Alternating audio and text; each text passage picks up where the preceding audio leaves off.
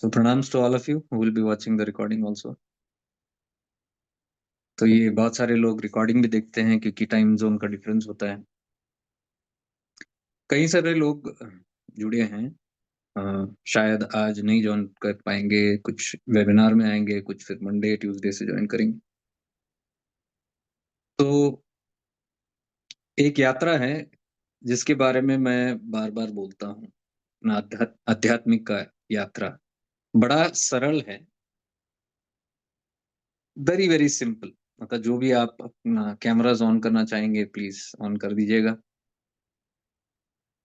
And you can be little interactive, participate in it.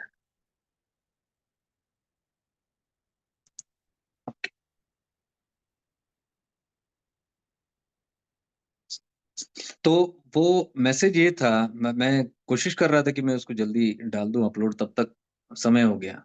तो मैंने अभी अपलोड के लिए रखा है उसको, आप देख लेना। It's a very nice message that I got, क्योंकि आज दत्त जयंती है, आज पूर्णिमा है। Purnima is a new moon day. It's always good symbol of starting a new life. और 2025 भी आ रहा है, नया साल भी है। एक मौका मिल गया बोलने के लिए कि चलो एक नया ज़िंदगी शुरू करें।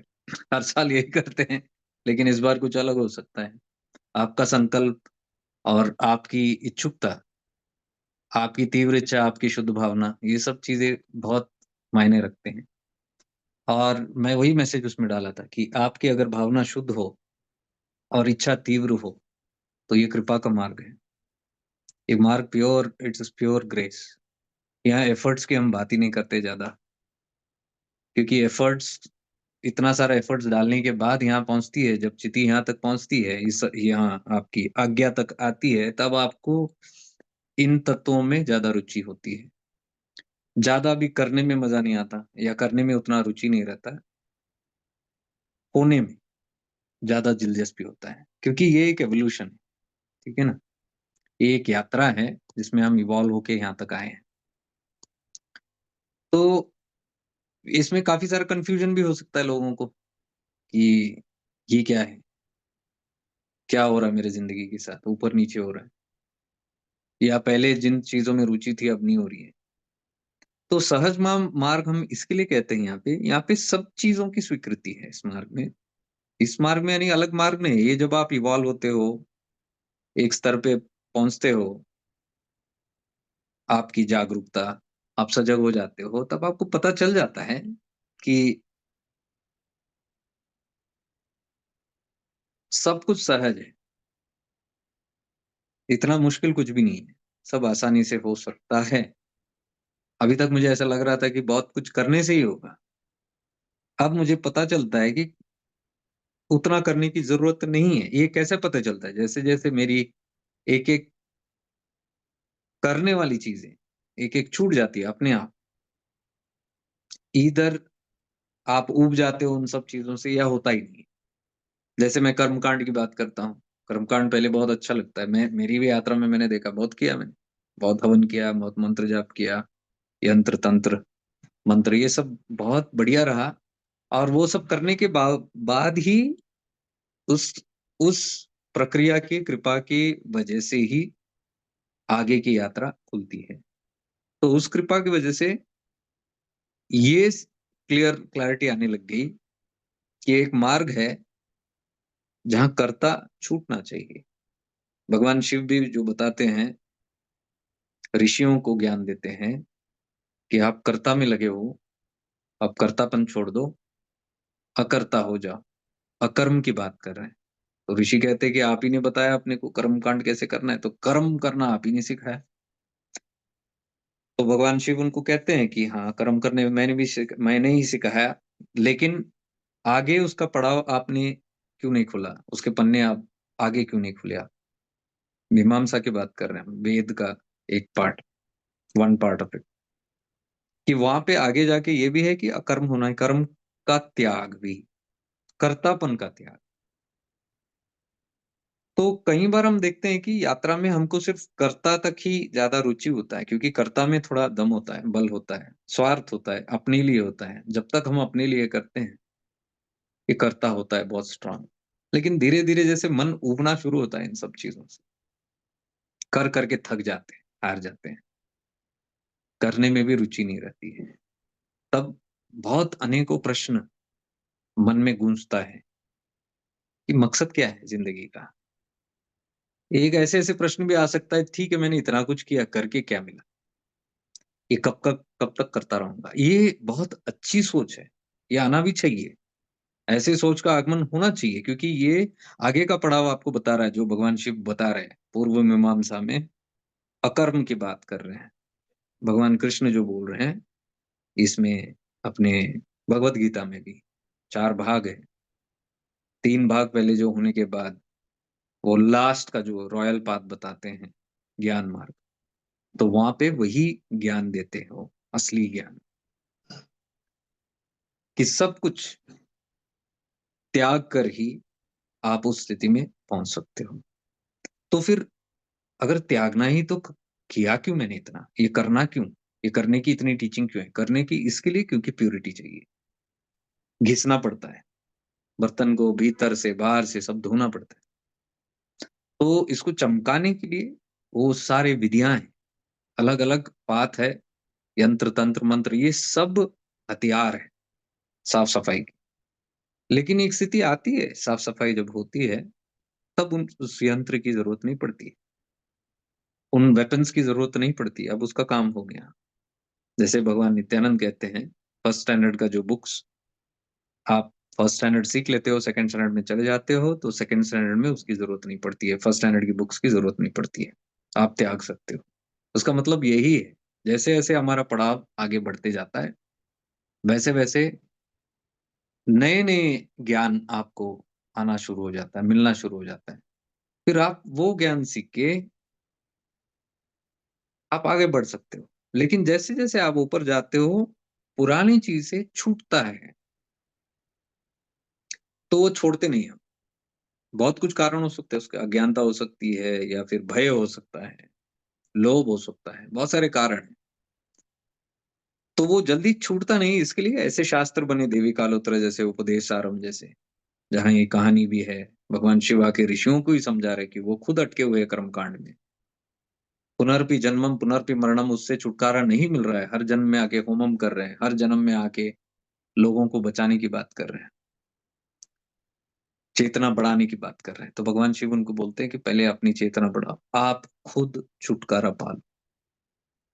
क्योंकि आप जैसे छुटकारा पाते हो तो सारा सृष्टि खत्म, माया समाप्त हो जाता है। माया मन में है, माया बाहर नहीं। तो ये सब ज्ञान डीप जो है, ये आपको अरुणाचल तत्व में, जो इस ज्ञान मार्ग में है, ये खुलना शुरू हो जाता है। आपको पता चलना शुरू हो जाता है कि अब तक जो मैं समझ रहा था या समझ रही थी, एक अलग दौर था। अब विस्तार से मुझे समझ आ रहा है कि ये हम करते भी थे तो क्यों करते थे? किस कारण करते थे? तो क्लैरिटी आना शुरू हो जाता है इसके अंदर। तो ये क्लैरिटी की वजह से आपकी आगे की यात्रा खुलती है। भारती जी, टाइम 9:10 का है। आप हर रोज़ 9:20 को पर्पसली आते हो या पता नहीं मुझे क्या है? थोड़ा ध्यान दीजिएगा, 9:10 के बाद मैं अलाउ नहीं करता किसी को। तो आप थोड़ा ध्यान दीजिए, नेक्स्ट टाइम मैं नहीं करूँगा। सब लोग आते हैं तो आप भी आ जाइए, मैं खुद आ जाता हूँ। तो आज की वो मैसेज भी जो था अवधूत गीता पे, मैं वहाँ बैठा था, आज गुरु पूर्णिमा दिख रहा है, सारे लोग ध्यान कर रहे हैं। बहुत बड़ा अच्छा माहौल था। बहुत अच्छा कनेक्टिविटी लगा, भगवान दत्तात्रेय का याद आया। तो वही मैसेज मैंने वीडियो में डाल के, एक छोटा वीडियो बना के डाल दिया। उसमें विस्तार में है, 10 मिनट्स का है, लेकिन शॉर्ट में वही बता रहा हूँ, जो मैं बार-बार बताता हूँ। एक तो बताते हैं अवधूत गीता में फर्स्ट वर्स, ईश्वर कृपा अद्वैत वासनम। अद्वैत वासनम ईश्वर कृपा। अद्वैत की जो वासना है, अद्वैत यानी कि मुक्ति की वासना। द्वैत यानी बाह्यमुखी, द्वैत यानी अभी भी ये मेंटेनेंस ज़ोन, हरि तत्व, ब्रह्म तत्व और हरि तत्व। अभी भी मुझे क्रिएट करना है, अभी भी डिज़ायर्स है, और फिर हरि तत्व उसको मेंटेन करने के पीछे लग गया। तो ये दोनों मोड जब लोगों का खत्म हो जाता है, वो कहीं न कहीं तो होना ही पड़ता है, क्योंकि जब तक आप रुद्र तत्व में, भैरव तत्व में ना हो गया, मुक्ति नहीं है। इम्पॉसिबल है। हरि में रह के, वो ब्रह्म तत्व में रह के इम्पॉसिबल है। इसलिए भगवान नित्यानंद भी कहते हैं, हरि को पूजना नहीं, शिव को पूजो। क्लियरली बोलते हैं Chidakasha Gita. Don't worship Hari, says worship Shiva, because Hari is maya कहते हैं। Shiva destroys the maya. ये बड़ा कठिन है, सब लोग वहां तक नहीं पहुंच सकते। इसलिए मैं वो वीडियो में भी कह रहा था, मुझे भी अच्छा लगता है लोगों के साथ, उन लोगों के साथ बैठने को जिनको अद्वैत वासना है, क्योंकि ईश्वर कृपा बिना वो नहीं आएंगे, उस पथ पे नहीं आ सकते हैं। अंदर से ऐसी सोच, ऐसी रुचि आ ही नहीं सकती बिना ईश्वर कृपा के। तो अगर हमारे भीतर ये तलब है रुद्र तत्व जागृत करने की, भैरव तत्व जागृत करने की, वो भैरव, वो रुद्र नहीं जो हम जाके और चार चीज मांग लेते हैं दुनिया का। ये भी एक गलत फहमी है, ये भैरव तत्व नहीं है। भैरव मिटाता है, छीनता है जो आपके पास है। चिंता है मतलब ऐसा नहीं कि आपको रुचि है उसमें और छीन लेता है, नहीं। आपकी रुचि जब खत्म होती है तो छीनता है। जो आपकी ज़िंदगी में बोझ हो रहा है उसको छीनता है। लेकिन बोझ होने के बाद आपको लगना चाहिए कि ये बोझ है, तब वो छीनता है। तो क्या ये मार्ग सिर्फ़ उन लोगों के लिए है जो वैरागी है, सन्यासी? बिल्कुल नहीं। ये सभी लोगों के लिए है, क्योंकि कहीं न कहीं हमको ये दौर पे आना है, तो इसका ज्ञान होना ज़रूरी है। इसकी चेतना हमको, ये जागरूकता होनी बड़ी ज़रूरी आवश्यकता है। अब देखिए रिट्रीट में मैं बैठा था, तो ये लास्ट रिट्रीट में पिछले महीने, तो उसमें वो बच्ची आई, 10 साल के बच्चे हैं, वो बड़े तेज हैं, बड़े मैच्योर सोल्स है, पुराने सोल्स है, वेरी राइट सोल्स, इसलिए वो बैठते हैं ऐसे सत्संग्स में, ऐसे सब चीजें समझ आती है उनको, हर एक चीज समझ आती है उनको।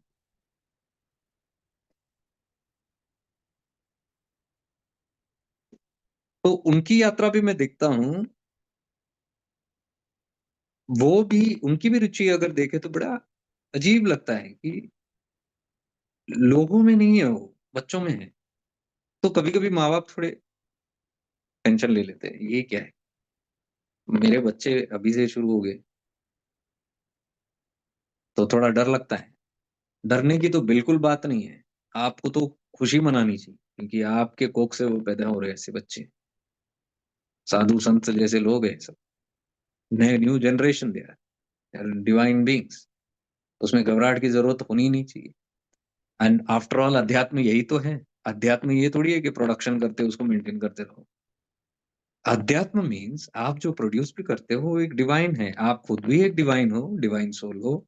वो जो आ रहे हैं आपकी ज़िंदगी में वो भी डिवाइन है। तो आप, it is like welcoming God in your home. तो मैं उन पेरेंट्स को, वो पेरेंट्स तो अभी एडजस्ट हो गए, उनको समझ आ गया कि बच्चे बड़े तेज है उन सब चीज़ों में, उनको समझ आती है क्योंकि उनकी बुद्धि बहुत विकसित हुई है। वो ऐसे-ऐसे क्वेश्चन्स पूछते हैं जो एकदम एडल्ट्स भी नहीं पूछते हैं, बच्चे। तो वो 2 थे भाई-बहन, वो हर इसमें आते थे।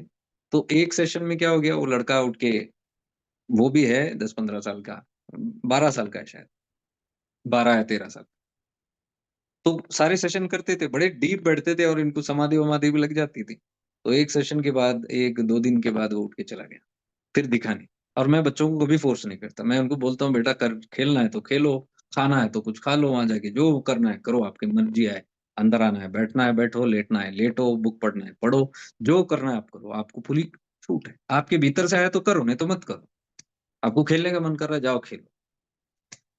तो हुँ, ये बैठती है, गौरी बैठती है, लेकिन माधव चला गया। फिर 2 सेशन में दिखे नहीं, तो मैंने उनके मदर को पूछा, "क्या हो गया? वो दिख नहीं रहा।" तो वो बोल रहा है, "भैया वो क्या कह रहा है पता है मुझे? वो कह रहा है कि भैया ऐसे-ऐसे बातें कर रहे हैं और ये सब चीज़ें मैं समझ तो रहा हूँ, लेकिन मुझे थोड़ा ये लग रहा है क्योंकि मेरे अंदर डिज़ायर्स है, मुझे अब जीना है। मुझे मुझे जीना है, मुझे उन सब चीज़ों को एक्सपीरियंस करना है। इसलिए मैं बोला कि अगर मैं बैठूँगा तो मेरा, तो मैं बाद में उसको बोला, मैं माधव को बोला, "बेटा ऐसा कुछ भी नहीं है, तुम्हें जितना मर्ज़ी चाहे सुनना है सुनो, जहाँ आपको लगे कि नहीं, नहीं करना है करो। आपको लाइफ़ एक्सपीरियंस करना ही है। यहाँ से शॉर्टकट है ही नहीं बेटा।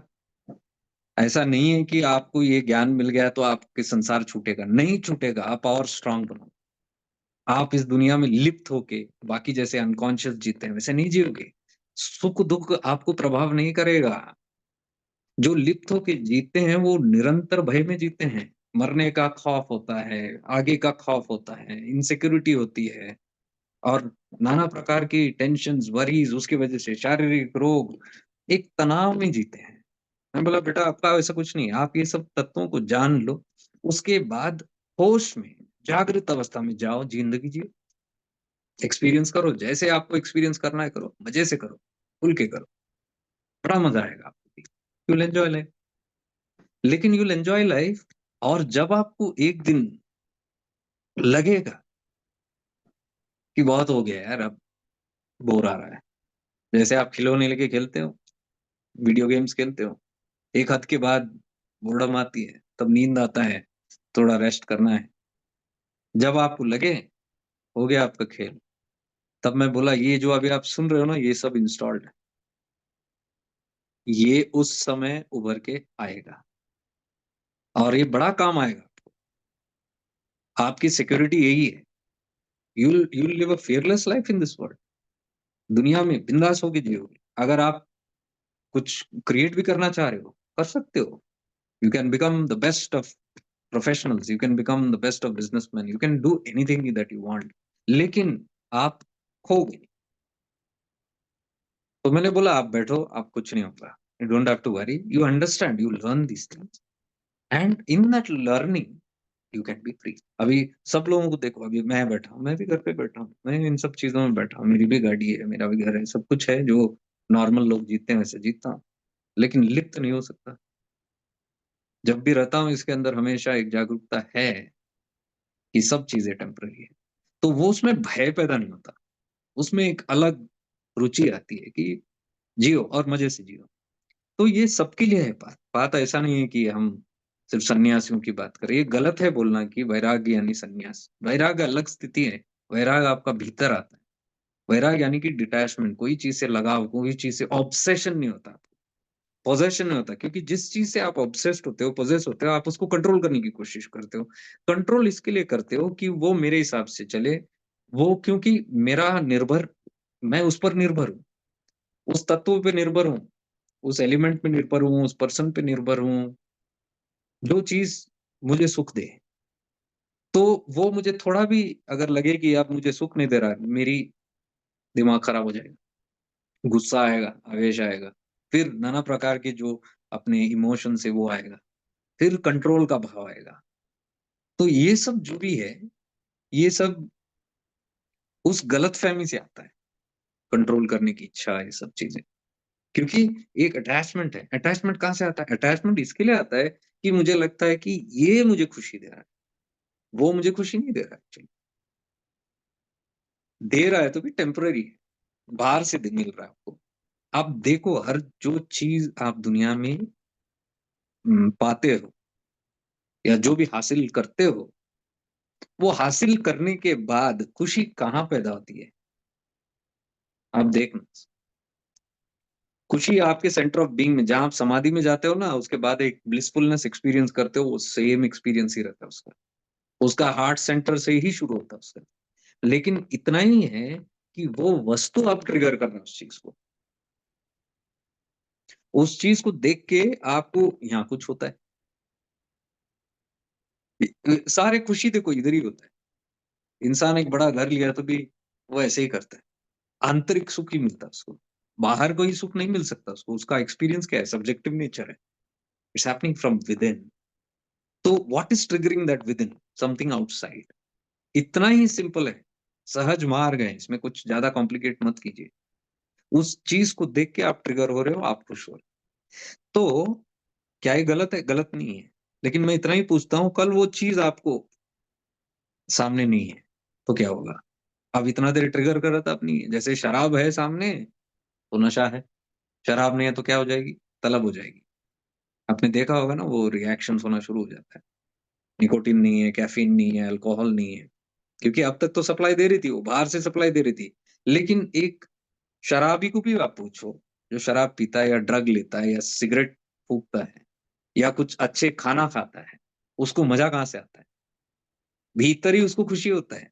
खुशी भीतर ही होती है। वो सब्जेक्टिव नेचर से ही उसको एक्सपीरियंस करता है। एक ऑब्जेक्ट को लेके सब्जेक्टिव एक्सपीरियंस है उसका। ये अगर उसने अच्छे से देख लिया, ये अगर हम देख लिए बहुत अच्छे से कि ऑब्जेक्ट इज़ ग्रेटिफाइंग मी। अब गुड बैड की बात नहीं, मैं क्वेश्चन इतना ही पूछ रहा हूँ, if that object is gratifying you, what would happen to you if that object is no more present with you? अगर वो वस्तु आपके पास नहीं है, आपके संग नहीं है, तो आपको क्या होगा? दुःख होगा, 100%, क्योंकि वही सप्लाई कर रहा है आपको। ये एक इतना सा ही एक फ़र्क, इसको ही हम बोलते हैं माया, इसको ही हम द्वंद बोलते हैं, इसको ही बाह्यमुखी बोलते हैं, अंतर्मुखी बोलते हैं, इसको ही बोलते हैं हम पकड़ गए, अटक गए, पुनर्विजन्म, पुनर्विमरणम, कितना कॉम्प्लिकेशंस है देखो, क्योंकि जिस चीज़ को आप बाहर से पकड़ते हो, उसके साथ कार्मिक रिश्ता शुरू हो जाता है, लेन-देन का चक्कर शुरू हो जाता है। हो गया ना? जैसे आप एक चीज़ को देखो, एक वस्तु को देखो, एक व्यक्ति को देखो, वो आपके जीवन में आया, वो अगर है और आप अगर खुश हैं, वो उनके होने या ना होने से भी ये खुशी यहाँ अगर बरकरार है, तो आपका कर्म संबंध उसके साथ नहीं बन सकता, ऋण नहीं बन सकता। ऋण तब बनता है, जब आप उस पे डिपेंड होते हो, आप वो डिपेंडेंसी कायम रखने के लिए आप बहुत कुछ हरकतें करते हो उनके साथ, लेन-देन। वहाँ कार्मिक रिश्ता शुरू होता है, उसको कार्मिक डेब्ट बोलते हैं। फिर मैंने कुछ दिया, फिर अब लेना पड़ेगा। मैंने कुछ उससे लिया, अब मुझे देना पड़ेगा। That is Karma. वो भी सिंपल टर्म्स में आपको बता रहा हूँ व्हाट इज़ कर्मा, ज़्यादा कॉम्प्लिकेशन कुछ नहीं है। इतना ही है कर्मा, गिव एंड टेक। मतलब karma means it will try to balance. 1 plus हो गया तो 1 माइनस करने की कोशिश करेगा life automatically. Because life is in the neutral, in the zero, in the shunya. ज़िंदगी शून्य है। ब्लिसफुलनेस इज़ शून्य। बोलते हैं ना शून्य, सब कुछ शून्य है। भीतर गया तो शून्य हो जाएगा, ज़ीरो। शून्य कब हो सकता है? जब प्लस और माइनस बैलेंस शीट बराबर हो। इतना समझ लीजिए, वेरी सिंपल थियरी है ऑफ कर्मा। ज़्यादा उसमें डीप जाने की ज़रूरत ही नहीं है आपको, क्योंकि आप खो जाओगे उसके अंदर फिर।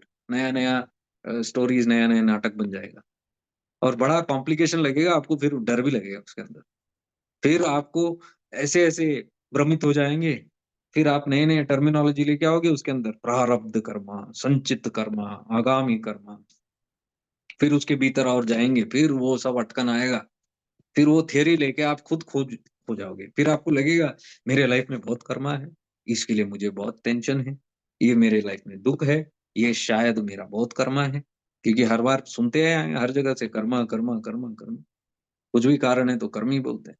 ठीक है, वो सही है एक हिसाब से, लेकिन मुझे लगता है कि ये बहुत टर्मिनोलॉजी बहुत ओवर एक्ज़ैगरेट किया गया है इस चीज़ को, कर्म को।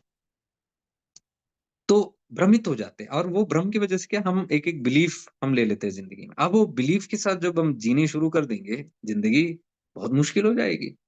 क्योंकि आप कुछ भी करने बैठो आपको लगेगा मेरा कर्म भारी है, बस हो गया। कितने लोग मैं देखा हूँ, ऐसे बैठ जाते हैं। क्योंकि एक हादसा हुआ, एक इंसिडेंट हुआ, उनकी लाइफ में ठीक नहीं हुआ या दुःख आना शुरू हो गया, ये आ गया, किसी ने परेशानी क्यों आ रही है, ये हो रही। और कहीं गए, यूट्यूब खोला, सारे यूट्यूब गुरुज़ बोलने शुरू कर देंगे आप में कर्म की वजह से। तो आप अभी मान लोगे, ये कर्म की वजह से। अब आपको यही चिंता रहेगी, ये कर्म कैसे नष्ट करूँ? ये कर्म नष्ट करने के चक्कर में लोग दर-दर भटकते हैं। हज़ारों आश्रम जाते हैं, हज़ारों गुरुओं के पास जाते हैं, हज़ारों एस्ट्रोलॉजर्स के पास जाते हैं। सारे बंदोबस्त करके कैसे मैं इसको हटाऊँ? क्यों? उनकी वही प्रयास है कि ये थोड़ा हट जाए और मैं थोड़ा सुख में, शांति में, प्रसन्न होके जिऊँ। और मैं यहाँ उल्टा कह रहा हूँ। मैं कह रहा हूँ कि हज़ारों कर्म रहने दो, कुछ भी रहने दो, आप फिर भी प्रसन्न और शांत रह सकते हो। It is not dependent on karmas. It is dependent on how that karmas influence you. वो कर्म का प्रभाव क्या है? और कर्म का प्रभाव क्या है? जैसे आपका बिलीफ है उसके ऊपर वैसा प्रभाव है। अगर आप समझेंगे ये संचित मेरा बहुत ज़्यादा है, ये खत्म नहीं होगा, तो बिल्कुल नहीं होगा। तो आप कैसे खुश रह पाएँगे जब आपने ऐसे बिलीफ ही पाल लिया कि मेरा कर्म बहुत भारी है। तो ज्ञान मार्ग जब खुलता है, तो बहुत डीप इनसाइट्स आपको मिलता है इन सब चीज़ों को लेके। ये स्टार्ट में नहीं हो सकता। स्टार्ट में कर्म बहुत ये मतलब जो अज्ञानता इतना स्ट्रॉन्ग रहता है, उस टाइम पे ये सब बातें सूझती नहीं है।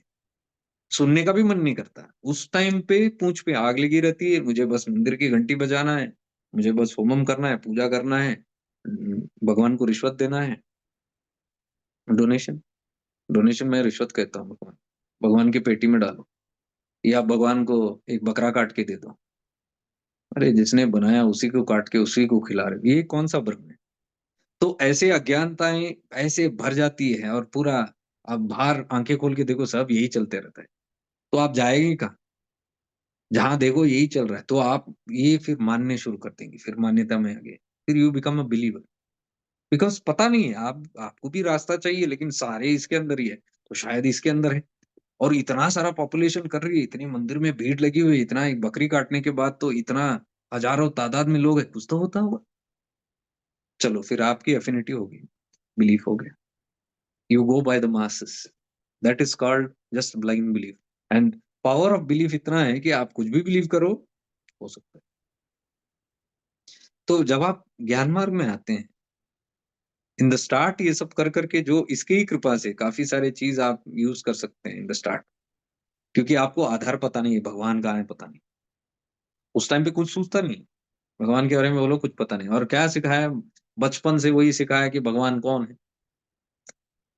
सारे अपने पुराण सिखाए हैं, अपनी माइथोलॉजी सब कुछ सिखाए हैं, अपने साधु संत, अपने प्रीस्ट, अपने मौलवी सारे लोगों ने सिखा रखा है कि भगवान क्या है। सबके अलग-अलग डेफिनिशन है।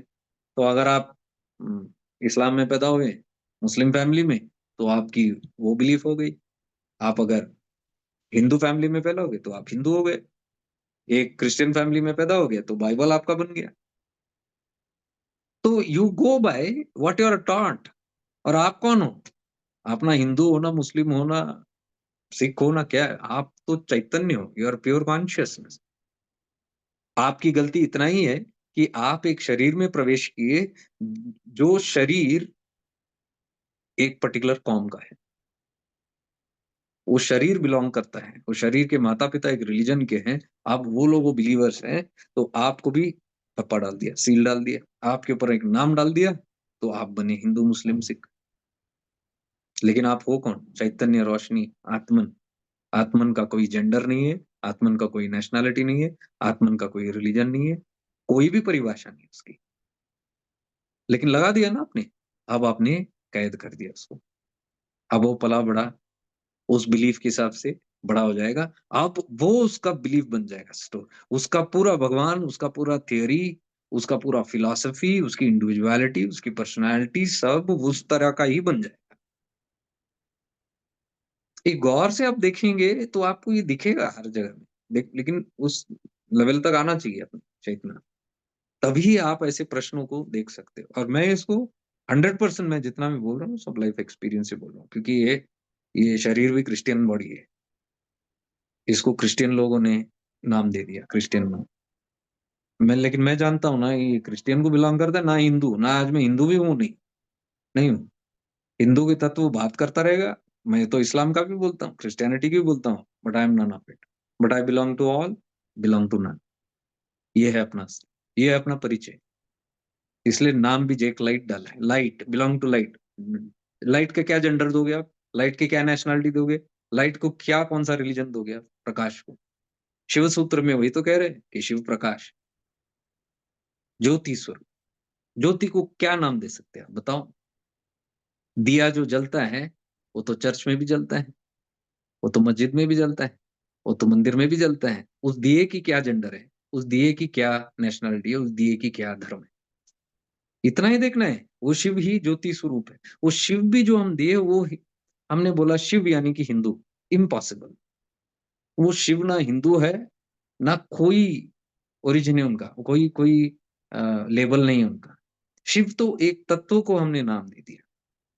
एक पुकारना है कि हमको डिफाइन करना है, इसके लिए हमने उस supreme intelligence, supreme cosmic consciousness को हमने नाम दे दिया शिव। अब उसके बाद उसपे भी ठप्पा लगाने शुरू कर दिए कि Shiv belongs to us, Shiv belongs to nobody. ये सीना ठान के बोलता हूँ मैं, एक्सपीरियंस से बोलता हूँ, बुक पढ़ के नहीं बोलता हूँ। मैंने जाना है इन सब चीज़ों को, पहचाना है, बोध हुआ है। आत्मबोध जब होता है आपको तो आपको पता चल जाता है ऐसा कुछ नहीं है जो यहाँ दिखता है।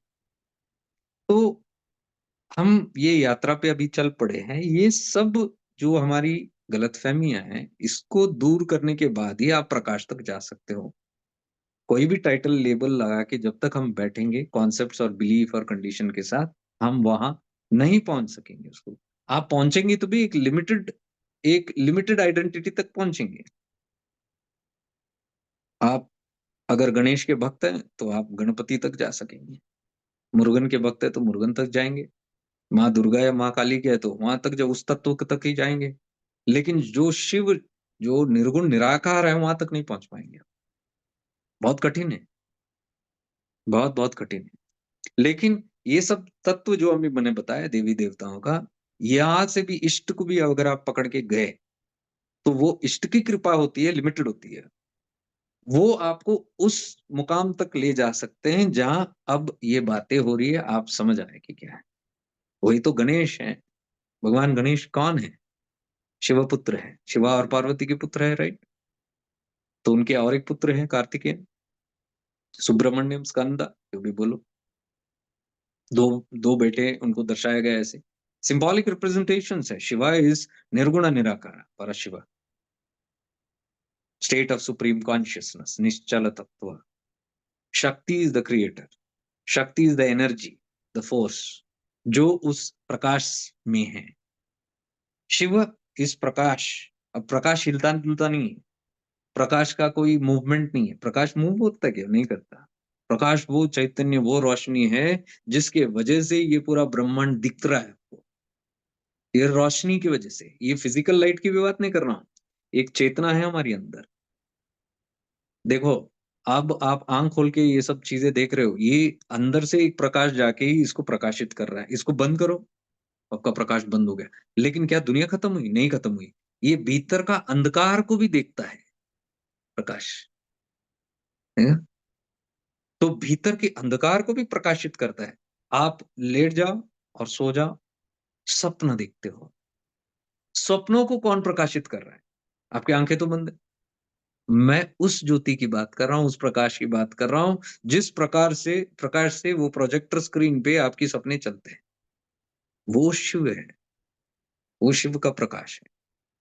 तो उस तत्व, वो शिव को दर्शाया गया वहाँ पे। वो हिलता-डुलता नहीं है, वो अनंत है। इनफाइनाइट, उसका कोई स्टार्ट नहीं, उसका कोई एंड नहीं है। शुरुआत है ना अंत है। उसने उस तत्व को, जहाँ वो आप पर्सनैलिटी नहीं लेना इसको। जैसे मैं बोल रहा हूँ कि वो अंत है, वो आपके मन में मुझे मालूम है 100% एक इमेज आ रहा है शिव का। वो इमेज भी नहीं है।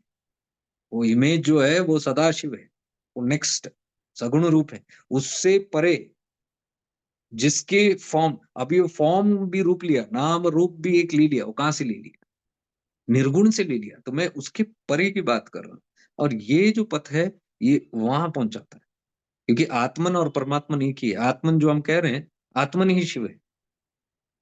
क्योंकि हमारे भीतर हम जाएँगे, तो आत्मन हम पहचान पाएँगे, आवर सेल्फ। दैट सेल्फ जो मेरे भीतर का ज्योति है, वो एक बार मैंने बोध हो गया मुझे, तो वो और वो परमात्मा में अंतर नहीं है, सेम है क्वालिटी। तो आप 2 विधि से जा सकते हो। एक तो परमात्मा को बाहर ढूँढो और प्रकाश को आप जान लो, बोध कर लो, या भीतर अपने आप में ढूँढो, वो प्रकाश को जान लो, वो और वो प्रकाश एक ही है। तो इसके लिए हम बोलते हैं इनफाइनाइट की एक यात्रा है, जहाँ विस्तार करते जाओ। You go outside, you expand your consciousness. Infinite, you go on expanding, expanding, expanding, expanding. हम करते हैं ना वो मेडिटेशंस, चिदाकाश वाले। सब में जाके हम फैल जाते हैं। हमारी चेतना सब में फैलती है, तब कैसा एक्सपीरियंस होता है? शिव की अनुभूति, गॉडलीनेस। एक वो यात्रा है जहाँ आप विस्तार करते हो, दूसरी यात्रा है जहाँ आप सिकुड़ते हो। नेति-नेति, ये भी नहीं, वो भी नहीं, वो भी नहीं। लास्ट को आप पहुँचते हो भीतर, शून्य में पहुँच जाते हो। देखो, एक है इनफाइनाइट, एक है ज़ीरो, 2 यात्राएँ।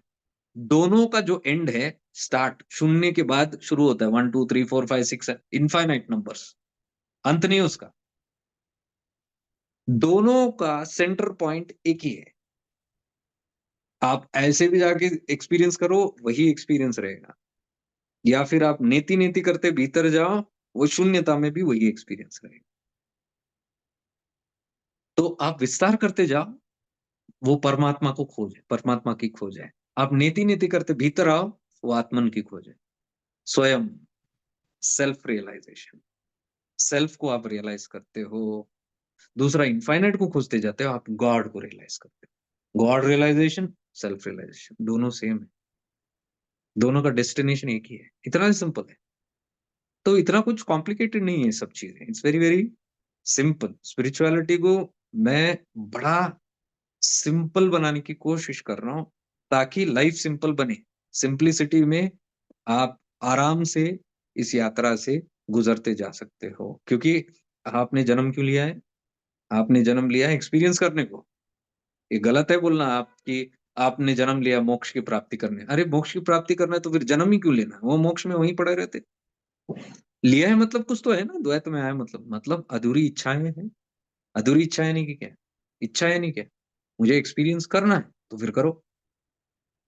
उसके लिए शरीर आया है। अगर एक्सपीरियंस डिज़ायर्स नहीं होते मन में, तो शरीर ही नहीं लेता मैं। तो simplicity and it's very simple common sense कि अगर मेरे अंदर इच्छाएँ आ रही है, तो उसको मारने की ज़रूरत नहीं है। ना उसके बारे में गिल्ट फ़ील करने की ज़रूरत है। आप एक्सपीरियंस करो, लेकिन इसके साथ इस ज्ञान को भी अर्जित करो। इस विज़डम को भी आप इसमें जागृत करो कि आप जान जाओ कि ये डिज़ायर्स है क्या? और इसकी साइंस जान लो कि मेरे अंदर डिज़ायर है, तो मैं एक चीज़ के पीछे लग गया हूँ। उस चीज़ की प्राप्ति के बाद मुझे सुख आता है, आनंद आता है। तो उसकी खोज करो, खोज करते जाओ। ये नहीं कह रहे, कोई भी यहाँ नहीं कह रहे कि मत इच्छा पूरी मत करो। हम कह रहे हैं आपको जो करना है करो। भगवान नित्यानंद के पास भी गणेशपुरी में लोग जाते थे, तो भगवान नित्यानंद सबको पहले उनको जो चाहिए वो पहले देते थे। आत्म के ज्ञान नहीं दे बाँटते थे। भगवान नित्यानंद ने कभी गणेशपुरी में कोई लेक्चर नहीं दिया आत्म तत्व पे। ना उनका कोई प्रवचन रहा, ना कोई ऐसा रिकॉर्डिंग, ना कोई ऐसी किताब लिखी है जहाँ वो बैठ के पब्लिक को आत्मज्ञान दे रहे हैं। नहीं, वो बैठे हैं और लोग आ रहे हैं गाड़ी माँगने, लोग आ रहे हैं शादी करने, लोग आ रहे हैं बच्चा माँगने, लोग आ रहे हैं आगे अपनी बिज़नेस करियर बढ़ाने और भगवान नित्यानंद चुपचाप दे रहे हैं।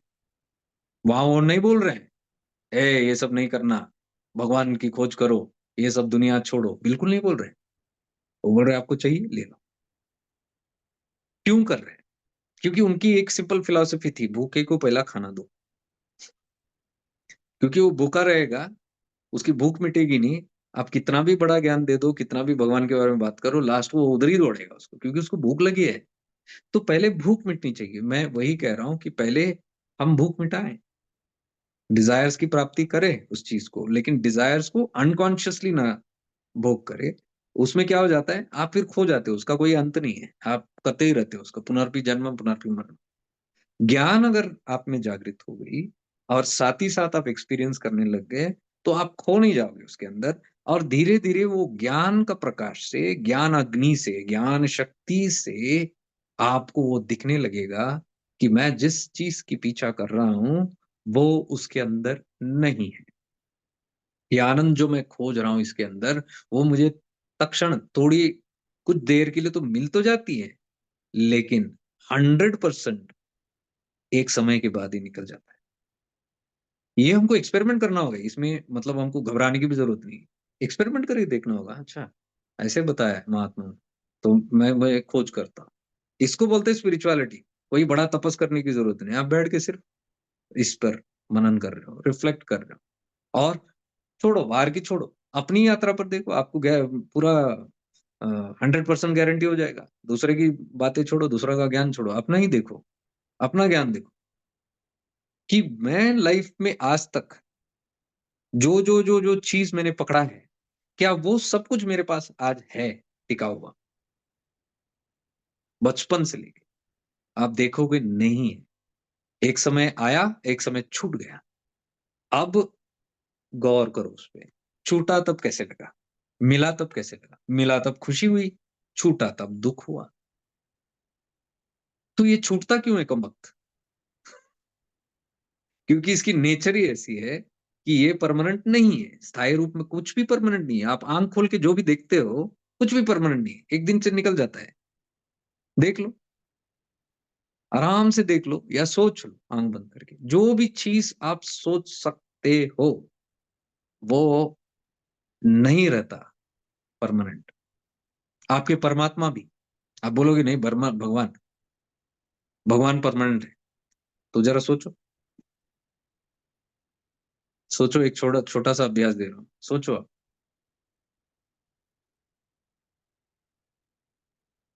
तो क्या होगा?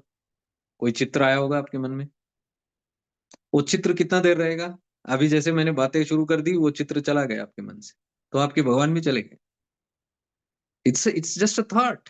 God is just a thought, that God is not yet realised. तो वो कहाँ से आया? नाम रूप, नेम एंड फॉर्म से आया। वो नेम एंड फॉर्म आपको कहाँ से मिला इन्फॉर्मेशन? आपने कहीं से तो चुरा लिया, या आपने कहीं से तो कॉपी कर लिया, या आप में किसी ने तो ठूस दिया है। नहीं मानते?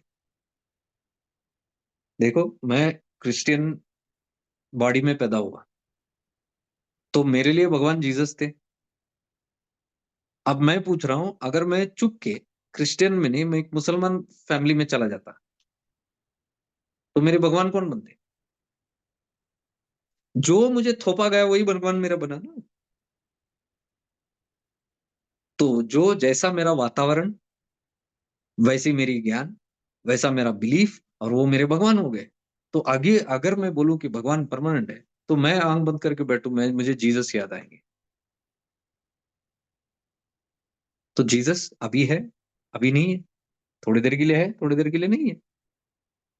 तो एक कल्पना है, मन में एक कल्पना है। और जीसस को किसने देखा है? बुद्ध को किसने देखा है? राम को किसने देखा है? किसी ने नहीं देखा, लेकिन चित्र बने हैं। सोच के देखो, उस ज़माने में कोई आर्टिस्ट भी था? सोच के देखो, उस युग में कोई था? कहीं तो ये प्रमाण है कि ये उस सतयुग से आया है ही नहीं। सतयुग की कोई वस्तु आज इस दुनिया में है नहीं, जो भगवान को दर्शाता है या भगवान का रूप को दर्शाता है। अनेक प्रकार के आर्टिस्ट की कल्पना है। राम भगवान के ही देखो कितने स्वरूप है, कितने प्रकार के। अब वो कॉमन लगते हैं बिकॉज़ फीचर्स दे दिया आपने, गुण दे दिया, एट्रिब्यूट्स दे दिया। अब देखो, कृष्ण का मुख और राम का मुख ब्लू दिखाई देते हैं, डार्क। अब आपको कैसे मालूम ये राम है या कृष्ण है? क्योंकि जैसे ही उनके ऊपर एक ये आ गया, मोर का पंख आ गया, कृष्ण बन गए। बांसुरी आ गई, कृष्ण बन गए। वही चेहरा, वो अलंकार हटा दो, एक बो एंड एरो दे दो हाथ में, राम बन गए। सोचना है, ये सब चीज आपको गहनतम सोचना है। नाम रूप जो है, अनेक प्रकार से हम उसी परमात्मा, उस परम चैतन्य को ही अलग अलग रूप देके हम उसको क्यों क्यों हम रूप देते हैं? क्योंकि हम उस निर्गुण निराकार को समझ नहीं पाते। जिसका रूप नहीं है, कैसे किसको पूजोगे आप? तो भगवान शिव ने ही कॉन्सेप्ट्स दे दिया। सारे जो तंत्र शास्त्र है, आगम निगम शास्त्र है, भगवान शिव से ही आए। तो देवी कालोत्र में तो वही तो बात हो रही है कि माँ पार्वती खुद पूछ रही है, आप भगवान कभी ये वो बोलते हो, कभी वो बोलते हो, आप हो क्या? अर्धनारीश्वर कहते हो, कभी महिषासुर, कभी असुर को, इतने सारे असुर को मारा आपने, कितने सारे ये, उसके अंदर भी अलग अलग रूप है आपके। अर्धचंद्र बोलते हैं, अर्धनारेश्वर बोलते हैं, ब्रह्मा विष्णु महेश बोलते हैं, ओमकार प्रणव मंत्र, कितने सारे रूप है, कितने सारे नाम है। मैं खुद कंफ्यूज हूँ प्रभु, आप बताओ। विज्ञान भैरव तंत्र में तो शिव जी उनको बोलते हैं कि ये सब रूप और नाम मैंने ही दिया लोगों को, क्योंकि वो मेरा निराकार रूप को समझ नहीं पाएंगे। ताकि कुछ तो एक आधार मिले उनको, मैंने एक कॉन्सेप्ट दे दिया उनको। Very clear it is very very clear what I am telling. आप पढ़ लो इन सब चीजों को, देवी कालोत्र को पढ़ लो, विज्ञान भैरव तंत्र पढ़ लो। वेरी क्लियरली है, शिव भगवान बोल रहे हैं उनको, जो फाइनल उपदेश दे रहे हैं। वो कह रहे हैं कि ये मैंने मंद बुद्धियों को दिया है, जिसकी बुद्धि अभी विकसित नहीं हुई है, उनको समझ नहीं आएगा, भ्रांत बुद्धि, उनको मैंने कॉन्सेप्ट दिया है। लेकिन पार्वती को कह रहे, आप तो उसके परे चले गए, आपकी बुद्धि तो खुल गई। आपको अब कॉन्सेप्ट्स की ज़रूरत नहीं है, आप त्याग सकते हैं। तो आगे की यात्रा भगवान शिव उनको बताते हैं कि कैसे आप पूरा करें। वो बोलते हैं, "जब तक आप इन नाम रूप को नहीं त्यागोगे, आप नहीं आ सकते मेरे पास।" सिंपल है, बहुत-बहुत सिंपल है। आध्यात्मिक बहुत सिंपल है। इसको हम ज़्यादा कॉम्प्लिकेट ना करें। इसलिए मैं बड़ी सरलता से आपकी ये जो बातें हैं, मैं आपको बता रहा हूँ। तो जागरूकता की जीवन जो हम बात कर रहे हैं, लिविंग इन अवेयरनेस की बात कर रहे हैं, ये शुरुआत होती है बेसिक्स इससे कि ये जागरूक जागरूकता है क्या? What is awareness? अभी मैं जो बोल रहा हूँ परमात्मा, अभी मैं जो बोल रहा हूँ निर्गुण निराकार, अभी मैं जो प्रकाश बोल रहा हूँ, वो प्रकाश के अंदर एक अवेयरनेस है, सजगता है, जिसकी वजह से वो प्रकाश को बोध होता है कि ये क्या है, वो क्या है। प्रकाश के अंदर से आप अवेयरनेस को हटा दो, प्रकाश प्रकाश है, उसमें जान ही नहीं है। इसलिए वो शास्त्र में है कि शिव अपने आप को तक नहीं जानते हैं। शिवा डज़ नॉट नो ही शिवा, क्योंकि उसके लिए ईगो लगता है जानने के लिए कि मैं कुछ हूँ। यानी कि जो परम चेतना है, उसके अंदर अगर सजगता नहीं है, उसके अंदर अगर अवेयरनेस आप हटा दो, उसको पता नहीं हो क्या है। And Shiva is that pure form without even that. But उसमें अवेयरनेस एंड एनर्जी ये सब मिला हुआ है। जैसे दूध और दूध की अंदर जो मिठास है या दूध का जो सफेदपन है या अग्नि और अग्नि की जो गर्मी है या अग्नि के अंदर जो प्रकाश है, इसको you can not separate it. अग्नि का प्रकाश को आप सेपरेट नहीं कर सकते हो। वैसे ही शिव शक्ति और अवेयरनेस इन चीज़ों को आप सेपरेट नहीं कर सकते हैं। तो शिव ज्योति है, प्रकाश है और शक्ति जो है वो एनर्जी है और मुरुगन जो है, कार्तिकेय, सुब्रमण्यम वो अवेयरनेस है। हुए ना 3। तो गणपति कहाँ है? गणपति मन है। Ganesha stands for mind. इसलिए माइंड जब हेवी होता है, लॉजिक जब बढ़ता है, जो महिषासुर आ जाता है कि मैं मन ही कर्ता, मन ही कर्ता बन जाता है। That is symbolism of Ganesha कि वो सीधा मूलाधार में चला जाता है। इसलिए गणेश जो है विनायक मूलाधार में, स्थान उनका जो है गणेश जी का वो मूलाधार में। किसी को भी आध्यात्मिक यात्रा शुरू करनी है तो गणेश भगवान की वो पहले आशीर्वाद लेते हैं। अब गणेश भगवान क्या है? Head is gone, head replace हुआ है। हेड क्या है? यही ईगो है। ये जो सर है हमारा, खोपड़ी, यही ईगो है। इसको धड़ से अलग कर दो, ना रहेगा बांस ना बजेगी बांसुरी। Kit kit kit kit kit सारा जिंदगी अब बंद। यही शोर करता है। गोली मार भेजे में भेजा शोर करता है, सही गाना है। तो वही गोली मारा गया उधर और भेजा धड़ से अलग। That is a symbolism of cutting the ego. Ganesha वो ईगो जब कटता है तभी आप उठ सकते हो ऊपर की यात्रा। इसलिए बिना बिना गणेश का, यानी कि बिना द ह्यूमन हेड, बिना you human ego you can not rise. इतना ही है, सिंपल बता रहा हूं। सिंपल सिंपल सिंबोलिज्म इन सब चीजों का बता रहा हूं। आप रिसर्च चाहे तो कर लेना। ये सब अरुणाचल तत्व में आपको मिलेंगे जाना। मुझे डाउट है कहीं और है, मैं तो नहीं पाया। जब कृपा की वजह से मैं वहां अरुणाचल पहुंचा पिछले 3 साल से, जो एक एक एक एक चीज खुलता है वहां पे, खुला है। जो बोध हुआ है वो अरुणाचल पर्वत में बैठ के ही मुझे बोध हुआ, आत्मबोध। 3 साल पहले। उसके बाद जिंदगी पलट गई। सारा वहीं पे खुल गया, सब कुछ वहीं पे खुल गया, सब कुछ वहीं से पता चल गया। और ये जो मैं अभी शेयर कर रहा हूँ, सब उसी का परिणाम है, सब वहीं से आ रहा है। और वो यात्रा रुकी नहीं। उसके बाद जैसे ही भीतर प्रवेश किया इनटू द सेल्फ, देखा वहां तो भंडार है, सेल्फ इंट्रोडक्शन।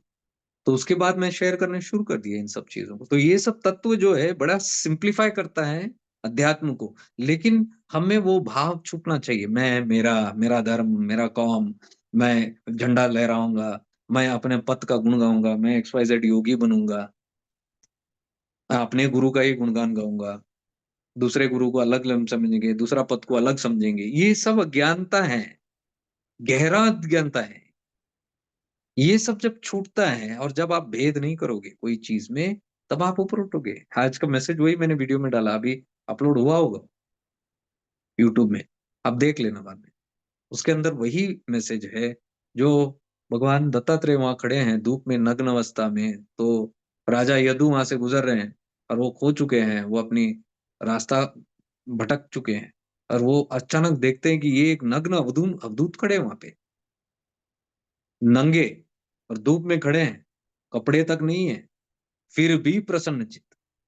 और राजा तब सोचता है, इसको बोलते हैं आत्मविचार, इसको बोलते हैं मनन। ऐसे नहीं कि ये कोई नंगा आदमी खड़ा है, चला निकल गया। नहीं, उसका समय आ गया बदलने का। तो आप वो मनन कर रहा है, एक चीज़ को देखा उसने। ईश्वर कृपा से उसके अंदर वो जागृत हो गई, एक क्वेश्चन आ गया कि ये नग्न अवस्था में, धूप में इतना प्रसन्न चित्त होके कैसे खड़े हो सकता है? तो जाके पूछते हैं कि ये महात्मा आप कौन हैं? और आपके गुरु है कौन है? और आपकी ये स्थिति कैसे? आप इस स्थिति तक कैसे पहुँचे? उनको पता है ये कोई स्थिति है, क्योंकि राजा खुद कह रहा है कि मेरे पास पूरा राज दरबार है, हाथी घोड़े, हीरे जवाहरात सब कुछ है, फिर भी मैं कंगाल जैसे लगता हूँ, फिर भी मुझे भय है खोने का, इतना डर है, इसको देखो। मेरा पूरा आलीशान बंगला है, पैलेस है, इतने दरबार में लोग हैं, इतने कपड़े हैं, सब कुछ है, इसके पास तो कुछ भी नहीं है, फिर भी ये प्रसन्न है। मेरे पास सब कुछ हो के भी प्रसन्न नहीं। तो वो तुलना जो है, ये ऐसी सोच जब इंसान के अंदर जागृत होता है, मान लेना ये ईश्वर कृपा से ही शुरू होता है। जब आप खोज करनी शुरू करते हो, तो राजा यदु का समय आ गया। तो उन्होंने जाके, तभी तो देखो अवधूत की भी कृपा तभी होती है, नहीं तो कोई जान सकता है वो अवधूत है? कितने लोग वहां से गए होंगे, कोई नंगा आदमी खड़ा है। उसका जो प्रश्न, उसको वो अवधूत कृपा तक लिए गए। और भगवान दत्तात्रेय वहां आंख बंद करके बैठे, तो इन्हें ये जाके पूछते हैं कि आप कौन है, आपके गुरु कौन है, ऐसी अवस्था आपकी कैसी हो गई? तो तब वो कहते हैं कि मेरा गुरु मेरा आत्मन है। वो गुरु शरण में ही थे, आंख बंद करके समर्पित।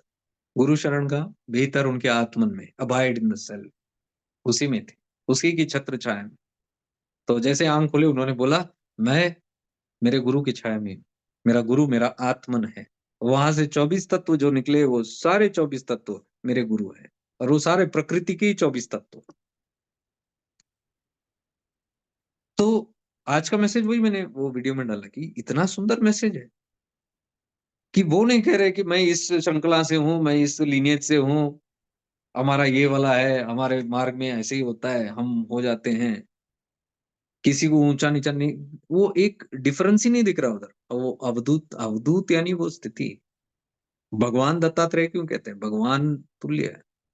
भगवान हो गए वो, उस स्थिति में पहुँच गए, तो भगवान हो गए।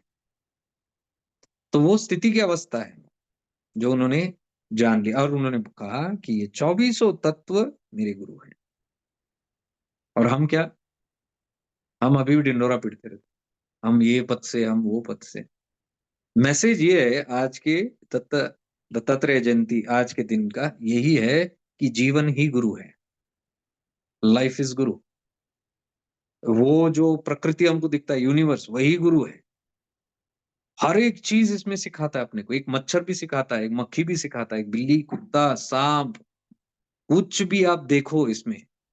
तो वही तो भगवान दत्तात्रेय उसमें 24 ये बता रहे हैं। वो तो वैश्या को भी गुरु माने। हम मान सकते हैं क्या?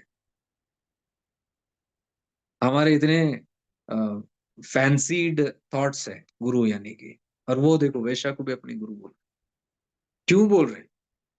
क्योंकि वो कह रहे हैं कि उनसे भी कुछ सीखा मैंने, हर एक तत्व से सीखा मैंने। तो जिंदगी जब गुरु बनती है ना, आपके असली अध्यात्म वहां शुरू होता है। सत्य बोल रहा हूं। क्योंकि आपको सुख भी सिखाएगा, दुख भी सिखाएगा, स्वास्थ्य भी सिखाएगा, बीमारी भी सिखाएगा, जन्म भी सिखाएगा, मृत्यु भी सिखाएगा। हर एक चीज़, हवा का झोंका भी सिखाएगा, अग्नि का चटका भी सिखाएगा। हर एक चीज़ से लर्निंग है, every moment you are learning. लेकिन आप एक पथ को पकड़ो या एक मास्टर को पकड़ो और बोलो मैं इनका परम शिष्य है। आप बड़े फैनेटिक हो जाओगे, आप बाकी सबको अलग कर दोगे और एक इसमें आ जाओगे। You will never reach that, क्योंकि बाकी सब चीज़ों को आप नकार दोगे। बाकी जो लाइफ गुरु आपके सामने खड़े हैं, आप सीखोगे नहीं उनसे। कोई संत महात्मा आए, वो बोलेंगे नहीं हम देखेंगे नहीं, हमारा एक ही गुरु, उधर ही देखेंगे। तो आपने नकार दिया लाइफ को। तो वो आपके गुरु अगर परमात्मा के स्वरूप है, तो ये सब कौन है? ये सब कहाँ से आए? तो वो भी जो जितने भी महात्मा हैं, जितने भी सारे इतने सारे गुरु हैं, वो कहाँ से आए? किससे जुड़े हैं? वो कोई भिन्न शिव से जुड़े हैं या भिन्न चैतन्य से जुड़े हैं?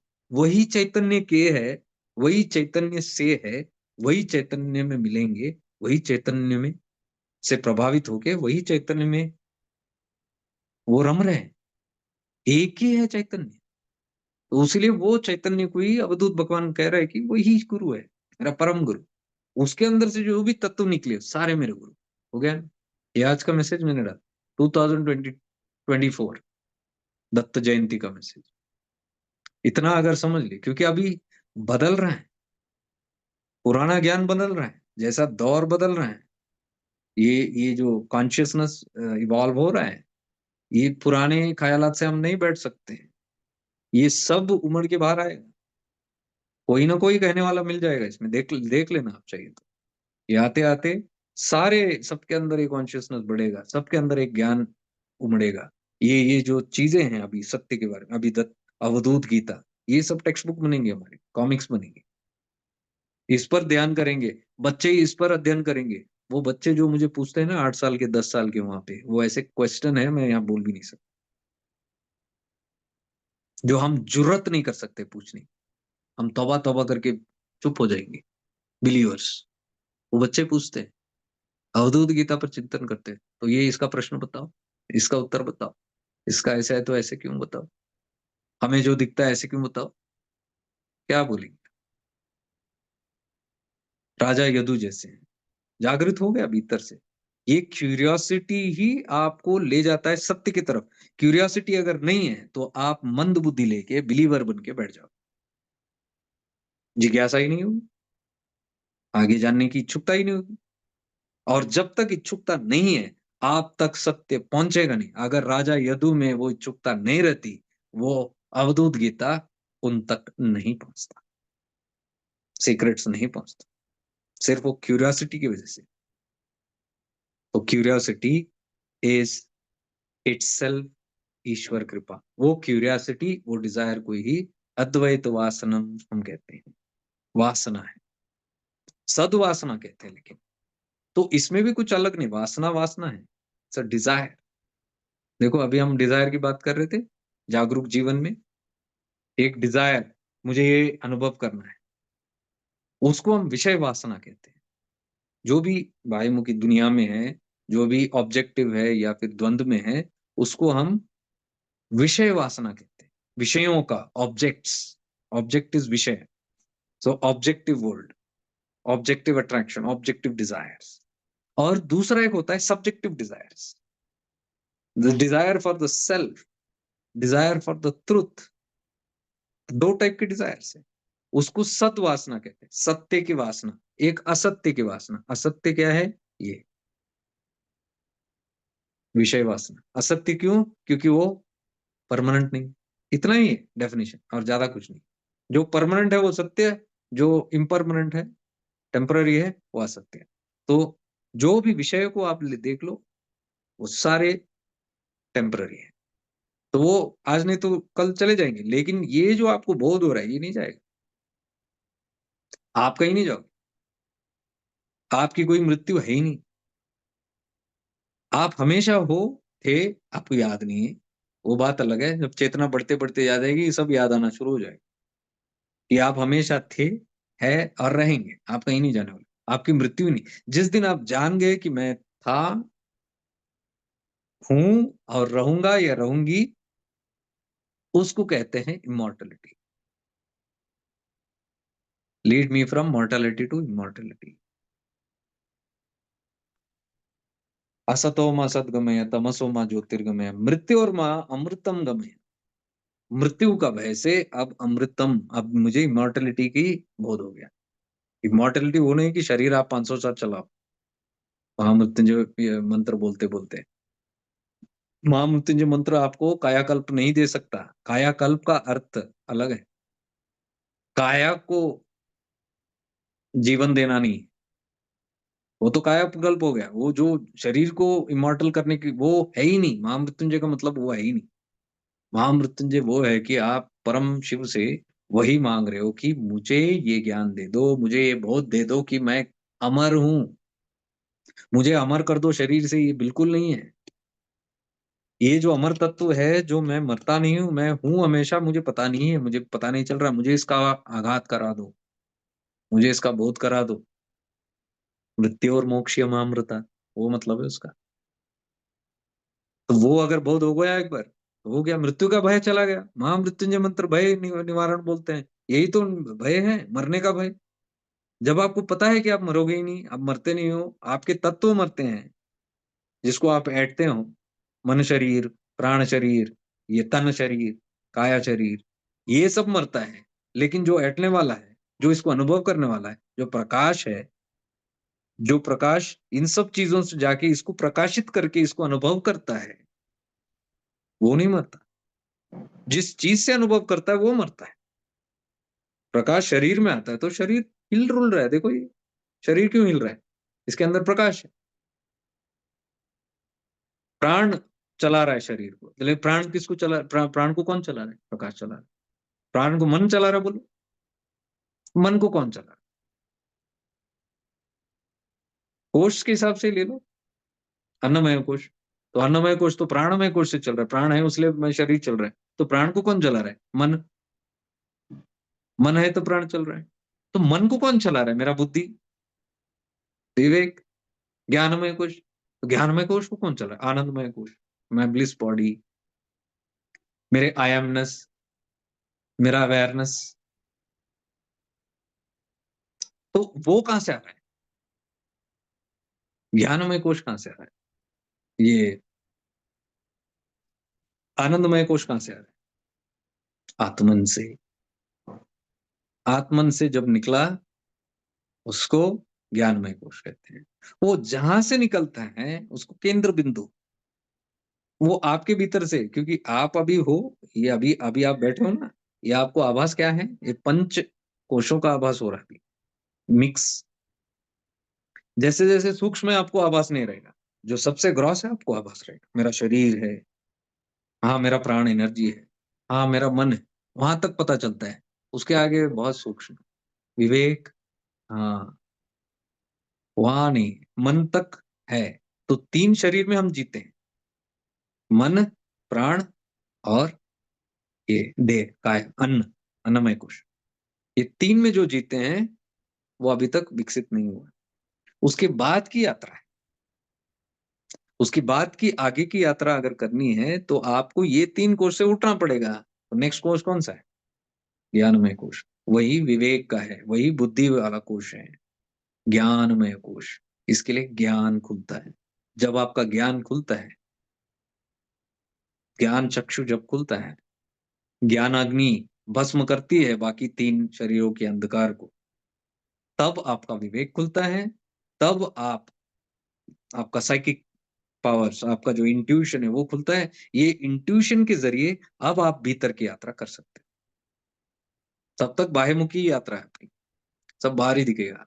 भगवान भी बाहर, यंत्र भी बाहर, मंत्र भी बाहर, तंत्र भी बाहर, सब कुछ बाहर, गुरु भी बाहर। जब ये भेदन होता है तब आपको पता चलता है कि गुरु तो बाहर नहीं है, वो भी भीतर ही है। क्योंकि मेरे अंदर जो प्रकाश है, वो गुरु के अंदर जो प्रकाश है, वो एक ही प्रकाश है। अब बोध होता है वो, ये भेदन होने के बाद। तब तक ऐसा लगता है कि गुरु शरीर है, अज्ञानता। तो यहाँ आने के बाद अज्ञानता मिटती है। तो ये इसके लिए हम जो शिफ्टिंग इनटू अवेयरनेस में ये सारा जो भी प्रैक्टिस करते हैं, ये तीनों शरीर के परे है। हमारा प्रैक्टिस ही शुरू होता है विज्ञानमय कोश से, ज्ञानमय कोश से।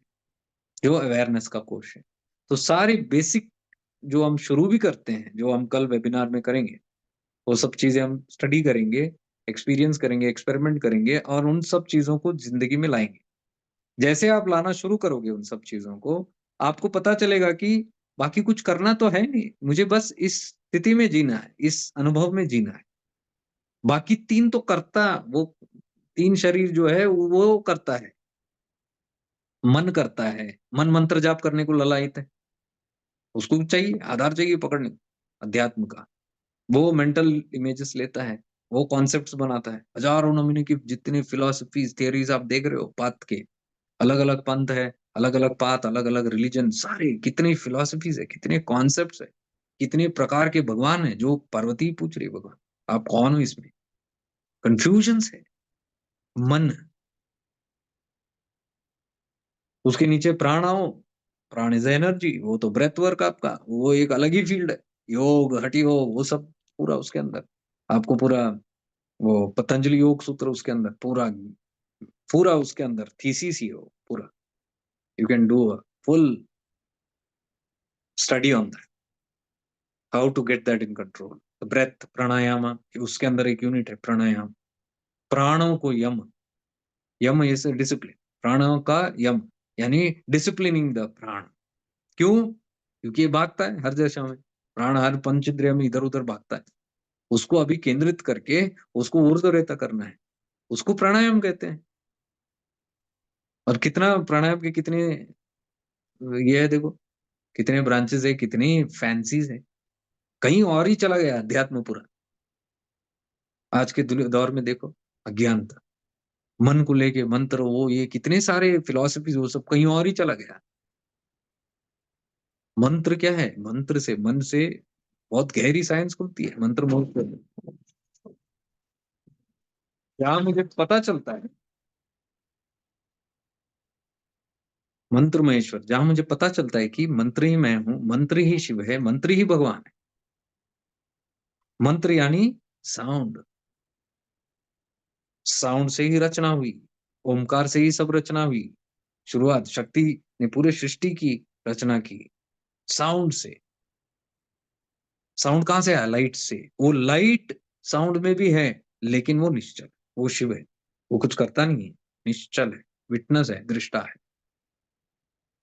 एनर्जी करता है, साउंड करता है, सब कुछ। ये सब क्रिएशन ऑफ साउंड है, सब कुछ साउंड है, वाइब्रेशन है, सब कुछ नाद। तो वो एक अलग साइंस है मन को लेके, मंत्रों को लेके। लेकिन हम कहाँ चले गए मंत्रों को लेके? मंत्र जपो और पैसे ऐंठो, मंत्र जपो और मेरा भयपूर्व और मेरी इच्छाएं, इतने सारे मंत्र के इससे यूज से मैं इसको क्या क्या यूज करता हूँ इन सब चीजों। ये सब इसको अशुद्ध विद्या कहते हैं। शिव सूत्र में जब आप आएंगे तो समझ आएगा, ये सब अशुद्ध विद्या में आता है। शुद्ध विद्या और अशुद्ध विद्या दो ही है। शुद्ध विद्या वो जो आपको सेल्फ के बारे में नॉलेज दे और कुछ नहीं। आत्मन के प्रति जो आत्म का ज्ञान है, उसको शुद्ध विद्या कहते हैं। उसके अलावा कुछ भी है, वो अशुद्ध विद्या में आता है। कुछ भी अशुद्ध विद्या। आप डिवाइन कॉन्सेप्ट्स भी ले लो, आप यंत्र भी ले लो, अशुद्ध विद्या में आता है। That which leads to the source, सीधा सीधा जब आप अवेयर होते हो, सजग होते हो सेल्फ के बारे में, निर्गुण निराकार का, वो शुद्ध विद्या। उसके अलावा बाकी सब अशुद्ध विद्या में आता है। तो बहुत डीप है, अध्यात्म बहुत डीप है। खैर वो तो हम अभी, मैं सिर्फ आपको एक जस्ट एक जिस्ट दे रहा हूँ इसके अंदर। तो ये वीडियोस में डालूंगा, जो कुछ लोग अटेंड नहीं कर पाए, उन्होंने भेजा था मैसेज, तो उनके लिए भी डालूंगा। वो भी उनको पता चल जाए कि हम कर क्या रहे हैं यहाँ पे। ये कोई कॉम्पिटिटिव पाथ या ऐसा कुछ नहीं है। ये सिर्फ अगर आप इवॉल्व होते आए, if you have gone beyond your annamaya kosha, प्राणमय kosha and मनोमय कोशा, यात्रा यहाँ से शुरू होती है। अगर नहीं पहुंचे अभी तक, अभी भी मन थोड़ा शरीर में अटका हुआ है, थोड़ा प्राणों में, थोड़ा और अ, तन में अटका हुआ है, कोई बात नहीं, सजगता से उसको नियंत्रण में रखो। क्योंकि if the intelligent body which is there, gyanamaya kosha अगर एक्टिव है, ज्ञान है, तो ज्ञान की शक्ति से आप खोगे नहीं। वही मैं वो बच्चे को बोला कि आप एक्सपीरियंस करो फिजिकल बॉडी से, प्राणों से और मन से, पूरा लाइफ को एक्सपीरियंस करो, एंजॉय करो, लेकिन ऊपर वो बॉस को एक्टिव रखो, उसको पूरा जागृत रखो। No question here please. वो एक्टिविटी से, वो जो कृष्ण है, that Krishna should be the king, जो चिदाकाश गीता में बोल रहे हैं। चिदाकाश गीता में भगवान नित्यानंद बार बार इसी को स्ट्रेस कर रहे हैं कि विवेक राजा होना चाहिए, बुद्धि राजा होना चाहिए, मन उसका गुलाम होना चाहिए। तो हम वही यहाँ प्रैक्टिस कर रहे हैं। चिदाकाश रिट्रीट भी है हमारा जनवरी में, किसी को आना है तो आप यहाँ से जो भी आ रहे हैं, you can definitely apply and come. बहुत छोटा रखते हैं हम लोग, ज्यादा भीड़ भाड़ नहीं होता, ताकि हम पूरा कॉन्सेंट्रेट कर सके, और इन्हीं तत्वों पे आधारित है। तो जिंदगी को अगर आपको एक्सपीरियंस करना है उस लेवल पे, तो 4 दिन सब पीछे छोड़ के आइए। ये नहीं कि हमेशा के लिए छोड़ दो, 4 दिन के लिए छोड़ दो, फिर 5वें दिन 6ठे दिन जाके और वापस ले लेना। लेकिन जब वापस जाके आप उठाओगे, you will be a transform person. देखने का रवैया चेंज हो जाएगा, वही दुनिया को जो आप छोड़ आए वापस जाके उठाओगे अलग हो जाएगा। तो उस प्रकार से Chidakasha Gita, you are welcome if you want that. तो भगवान का यही है, भगवान नित्यानंद यही तो प्रैक्टिस दे रहे हैं। विवेक, विवेक को जागृत करो। हम वही जागृत कर रहे हैं यहाँ पे, विवेक को ही जागृत करने की सारी प्रक्रियाएं हैं। क्योंकि विवेक अगर जागृत हो गया, उसको हम जागरूकता की जिंदगी कहते हैं। जागरूक जीवन, conscious. You don't live like an animal, lost, unconscious, पता ही नहीं मैं कौन हूँ, कहाँ कहाँ जा रहा हूँ। एक बार आपको पता चल गया कि आप हो कौन, कहाँ से आए और कहाँ जा रहे हो, फिर किस चीज का आप फ्री हो गए। फ्री होते फिर जिंदगी आप जियो, अजीब सी एक अजीब मजा है उसके अंदर। क्योंकि कोई भी चीज आपको पकड़ नहीं सकता, फिर आप हवा बन जाते हो। अवधूत गीता में है ये, कि मैंने हवा से क्या सीखा। हवा सब तरफ है, सभी को छूता है, लेकिन किसी के पकड़ नहीं आता। जल क्या है? जल फ्लेक्सिबल है, अकड़ के रिजिड नहीं है। उसको आप चम्मच में डालो तो चम्मच का शेप लेगा, ग्लास में डालो तो ग्लास का लेगा, टम्बलर में डालो तो टम्बलर का ले लेगा। जहां जहां आप डालो उसको, वहां अडेप्ट हो जाएगा। वो नेचर है अवधूत का, है ना? कितना सुंदर। पृथ्वी तत्व कम हो गया, पृथ्वी में जड़ है, पत्थर जैसा। मैं उतना ही, जो पता है उतना ही, और हिलेंगे नहीं। वो अकड़ हो जाती है एकदम। तो उसके ऊपर उठे तो पानी जल, फिर उसके ऊपर उठे तो अग्नि, फिर वायु, और फिर आकाश। आकाश तक हमको पहुंचने की यात्रा है। पृथ्वी से लेके आकाश तक की यात्रा है जो हम यहाँ बात कर रहे हैं। हमको आकाश बनना है, तो उसके लिए स्टेप बाय स्टेप प्रोसेस है, शिफ्टिंग इनटू अवेयरनेस में। हम पृथ्वी तत्व में हैं, तो फिर पानी कैसे बने, फ्लेक्सिबल कैसे हो जाए, फिर धीरे धीरे अग्नि जैसे कैसे हो जाए। अग्नि इज पावर, अग्नि इज फायर, अग्नि कैन बर्न एनीथिंग, अग्नि कैन डिस्ट्रॉय एनीथिंग, हर एक चीज को। एंड वो भी किसी के हाथ नहीं आता। वायु भी देखो, touches everything but holds nothing. वो खुद भी पकड़ता नहीं है। अग्नि तो फिर भी पकड़ के भस्म कर देता। वायु तो सब में है, छूता भी है, लेकिन किसी को पकड़ता नहीं, ना कोई उसको पकड़ सकता है। वो यात्रा है यहाँ पे।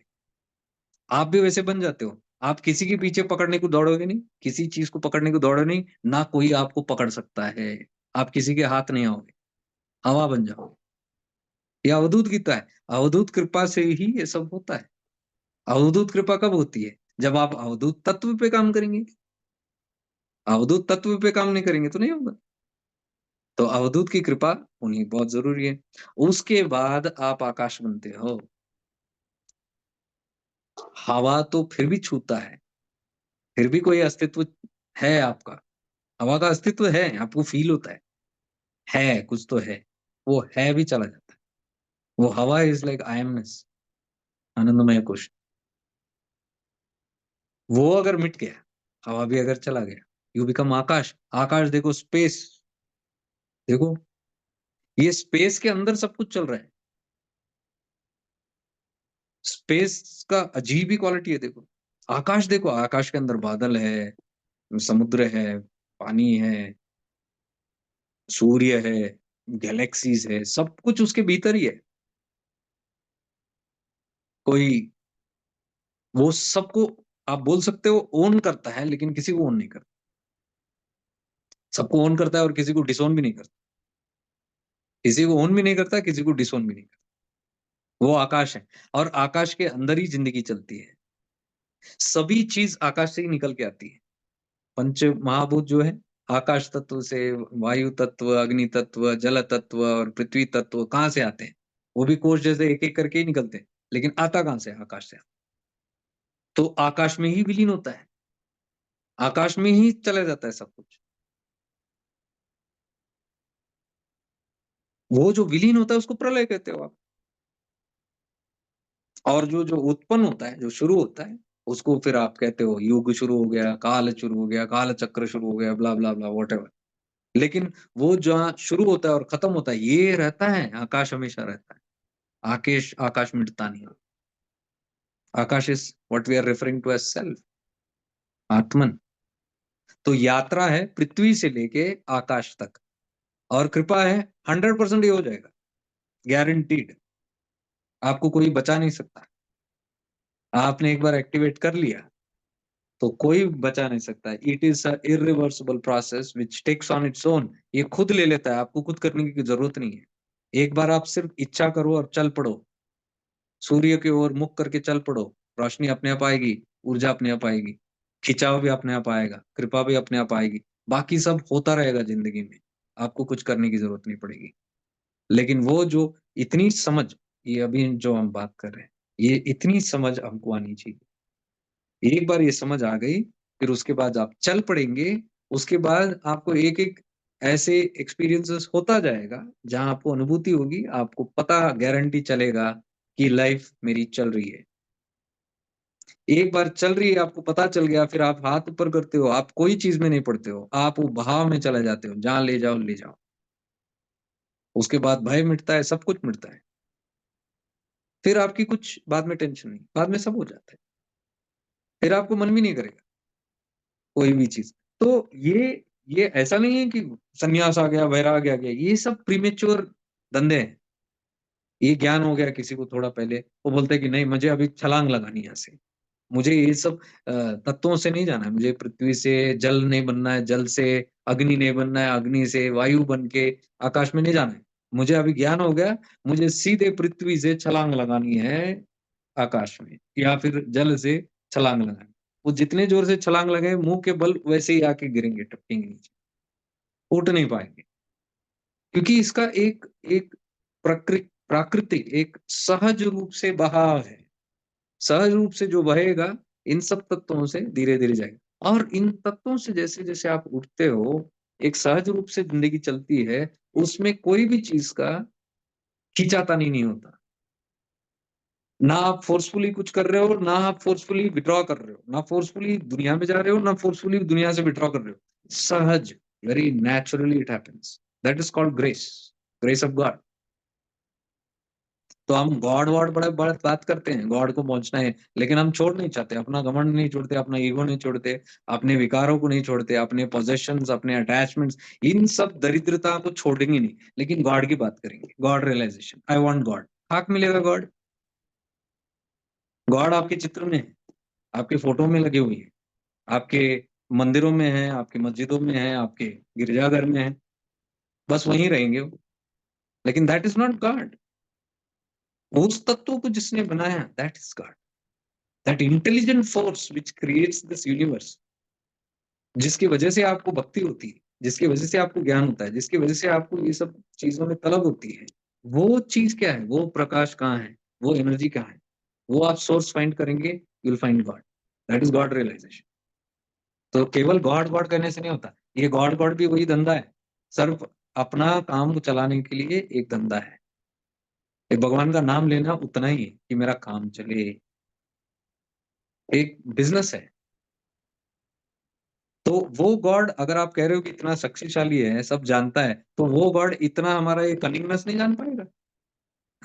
सोच के देखो, इतनी सी ये चालाकी नहीं समझ पाएँगे हमारी। हम सोचते हैं कि हम उससे भी चालाक है, भगवान से भी चालाक है, उसको छुपाएँगे हम। अरे यार! उठो अब इन सब चीज़ों से उठो। तो ये तत्व जो मैं अभी बात कर रहा हूँ, ये सब बहुत एक सहज रूप वाली चीज़ें हैं। हमारी पीछे ये पृथ्वी तत्व, जड़, अकड़ जो है, घमंड, देखो घमंड, अकड़ ये सब चीज़ें देखो, हमारे शरीर को भी अकड़ा देता है, ज़िंदगी को अकड़ा देता है। ये सब आप मुहावरे देखना, सिम्बोलिज़्म, ज़िंदगी अकड़ी जैसे लगती है। ये क्यों? क्योंकि मेरी अकड़ है इस चीज़ को लेके। मैं जितना पृथ्वी तत्व बनता हूँ, जड़ बनता हूँ, मेरी लाइफ़ जड़ बन जाती है। अब देखना कभी भी। आप इन तत्वों के साथ चल के देखो, वैसी-वैसी आपकी लाइफ हो जाएगी। आप जल बनो, आप सब तरफ अडैप्ट करो, सब धर्मों को मानो, सब प्राणी, पक्षी, सब चीज़ को एक मानो, सब तरफ अडैप्ट करो, ऊपर-नीचे, गरीब, अमीर, कोई ये मत बैर मत रखो। सिर्फ फ्लेक्सिबल होते जाओ, आपकी लाइफ देखो ऐसे फ्लेक्सिबल हो जाएगी। जिस चीज़ में आप जाओगे, कहाँ पे भी आप सूट कर जाओगे। सभी तरफ आपको वेलकम रहेगा। कोई जगह आपका दरवाज़ा बंद नहीं होगा। आप जहाँ जाओगे फ्लेक्सिबल, आप वैसे वहाँ के बन जाओगे। गिरजाघर में गए तो आप वहाँ के बन गए। मुस्लिम के लोगों के साथ बैठे आप वहाँ बन गए, उन सब चीज़ों में आप बन गए हो। तो you will be loved everywhere by all people, you will be loved by animals, you will be loved by reptiles, by birds, bees, everything. Even भूत, प्रेत, पिशाच भी। सत्य कह रहा हूँ। ये जो नेगेटिव एनर्जी वो ये बोलता है they will also fall in love with you because आप उनके पीछे नहीं लगे हो। आप उनको अलग नहीं समझ रहे हो। आप उनको मारने-पीटने के पीछे नहीं लग रहे हो। आप उनको खत्म डिस्ट्रॉय करने की बात ही नहीं कर रहे हो। आप एक करुणा से सब चीज़ को देख रहे हो। That's the power of unconditional love. That is called unconditional love. तो वो फ्लेक्सिबिलिटी आनी चाहिए। That has to go on. It has to become fire, then it has to become the wind and then it has to evaporate into nothingness, dissolve into nothingness. वो यात्रा है। तो जितना हम नीचे रहेंगे, उतना हमारा लाइफ भी नीचे रहेगा। हम उठ ही नहीं पाएँगे। कभी ज़िंदगी के सुख को अनुभव नहीं कर पाएँगे क्योंकि हमारी वो अटकी हुई सोच, हमारा वो घमंड, हमारा वो एक छोटी-सी सोच, एक छोटी-सी दुनिया जो मेरे छोटा-सा मन के अंदर मैं बिठा के रखा हूँ, इसका विस्तार हो ही नहीं देता। कुएँ के मेंढक जैसा उसके अंदर ही पड़ा रहता हूँ, एक कुएँ के अंदर और मैं बोलता हूँ, मैं सब जानता हूँ कुएँ के बारे में। तो विकसित नहीं होती वहाँ से। अब हम उठ नहीं पाएँगे उसके अंदर से। जिसको क्षमता है इस सत्य अभी जो मैंने बोला है, जो सहन कर सकता है इसको, जो हज़म कर सकता है इसको, उसकी बेड़ा पार हो जाएगी, गारंटी। क्योंकि आगे की यात्रा आपको खुल जाएगी द्वार। और जिसको अभी मैं जब भी बोलता हूँ तो 1-2 भाग ही जाते हैं यहाँ से। और ये भागने वाले लोग ज़िंदगी भर भागते रहते हैं। किससे भाग रहे हैं? सत्य से भाग रहे हैं। जैसे आप बोल रहे हो जैसे अभी ऐसा हो गया कि मैं मृत्यु से भागूँगा। डॉक्टर के पास जाऊँगा, इसके पास जाऊँगा, सर्जरी कराऊँगा और फिर कायाकल्प ठूँसूँगा, ये मेथड यूज़ करूँगा, वो करूँगा, कब तक भागेंगे? लेकिन अज्ञानता देखो, हमें पता है हमको एक दिन फेस करना, फिर भी भागेंगे। है ना मज़े की बात? ये इंसानी फितरत है। ये इंसानी इसी को महिषासुर कहते हैं, जो इतना लिमिटेड है, फिर भी वो बहुत श्रेष्ठ समझता है अपने आप को। तो इस चीज़ को जो सहन कर सके, इसलिए मैं पहले ही बोलता हूँ ये सब चीज़ें, ताकि यहाँ हम टाइम पास करने नहीं आए।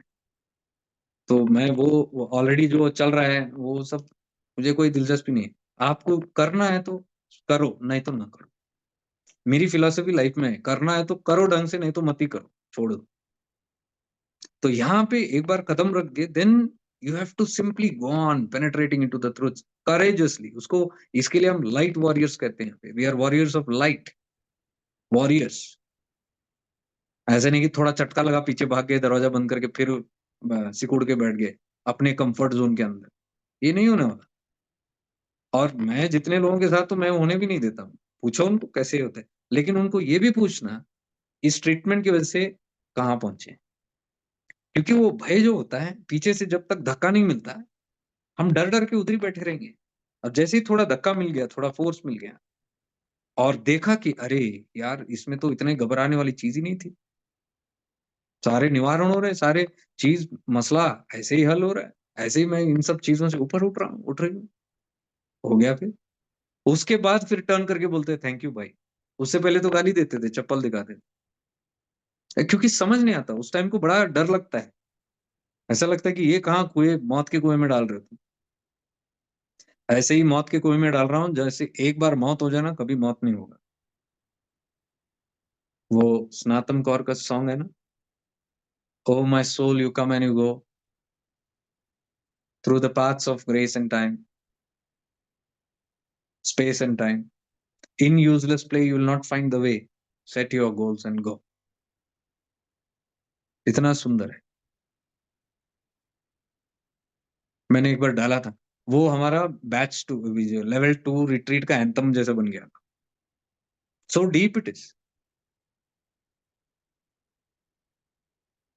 It is a song of Kabir. Kabir ही गा सकता है ऐसा। बोल रहे कि ओ माय सोल, हे आत्मा, आप आते हो जाते हो समय और स्पेस, आकाश के दायरे में। इसमें आपको कुछ नहीं मिलना होगा। आप अपना लक्ष्य जोड़ो और निकलो। Set your course and go.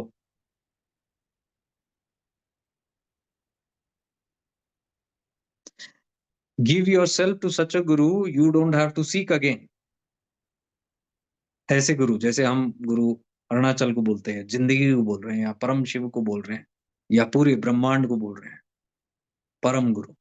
Give your self to such a guru you don't have to seek again. और नौबत ही ना आए सीकिंग करने की।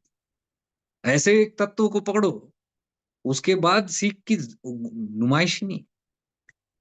अरुणाचल को मैंने पकड़ा, उसके बाद कोई नुमाइश ही नहीं, कहीं और जाने की नुमाइश ही नहीं है। खत्म हो गई, वो सारे नुमाइशों को ही खत्म कर देता है। सो कबीर ने कहा, give your self to such a guru you don't have to seek again. Sing such a song with all your heart you don't have to sing again. ऐसा गाना गाओ पूरे दिल के साथ कि फिर दोबारा गाने की गुंजाइश ना। Pray such a prayer with all your faith you don't have to pray again. ऐसा प्रार्थना करो पूरे श्रद्धा के साथ कि दोबारा प्रार्थना करने की जरूरत ना पड़े। कबीर साहब। एंड वो फिर कहते हैं, die such a death at the feet of God you don't have to die again. मृत्यु मरना है तो ऐसे मरो परमात्मा के चरणों में, फिर दोबारा मरने की नौबत ना आए। मतलब जन्मी ना हो तो कहाँ नौबत आएगी मरने की। ये है कबीर साहब। वो भी लिंक मैं चाहिए तो आपको भेजता हूँ, आप उस पर गौर करना। क्योंकि मैं एक समय था जब मैं दिल्ली में था, यही चलता था मेरा मंत्र। पार्क में जाके बैठता था और 2-2 3-3 घंटा लूप में चलता था सनातन कौर का, और मैं उस पर ही चिंतन करता। उसमें एक ही मैसेज आता था, in useless play you will not find the way. आपको नहीं मिलने वाला रास्ता। Set your course and go. वहीं से कमांड मिला, set your course and go. तो वहां कौन गुरु हुआ? सनातन कौर मेरी गुरु हुई। वो गार्डन, वो म्यूजिक मेरा गुरु हो गया। मिला ना संदेश गुरु से। This is how we get guidance. हर एक तत्व से गाइडेंस मिलता है, अगर आप खुले हो तो। खुला होना पड़ता है आपको, और इस चीज को जानना पड़ेगा। तो अवधूत गीता आपको करना है, करो इन सब चीजों को करो, आपको और डिटेल में आपको ज्ञान होना शुरू हो जाएगा। और ये सब परम ज्ञान ही है, the wisdom of the soul. तो एक सार में मैंने बता दिया हमारी यात्रा कैसी है, कहाँ तक जा रही है, क्या हम गोल यहाँ पे देख रहे, मकसद क्या है। ऐसा ना हो कि हम एक पद पे आए, हम क्या कर रहे हैं पता नहीं, मेडिटेशन करो मेडिटेशन करो मेडिटेशन, कब तक करें, क्यों करें, मतलब क्या है इसका। कब तक हम यंत्र तंत्र मंत्र, इसका मकसद कहाँ, ये कहाँ ले जाता है मुझे, where does all this take. मोक्ष कैसे, मैं क्वेश्चन पूछता हूँ, कैसे दिलाता है, ये कोई पूछता ही नहीं। होगा कैसे भी होता होगा, तो जो होता होगा बोलते वो करते रहे फिर। ये सब चीजें मैं बोल रहा हूँ, ये सारे बहुत पावरफुल डिवाइसेस है। ये सारे उस परमात्मा का ही सोर्स है। ये स्टेप्स है, सीढ़ियां हैं, ये करनी पड़ती है।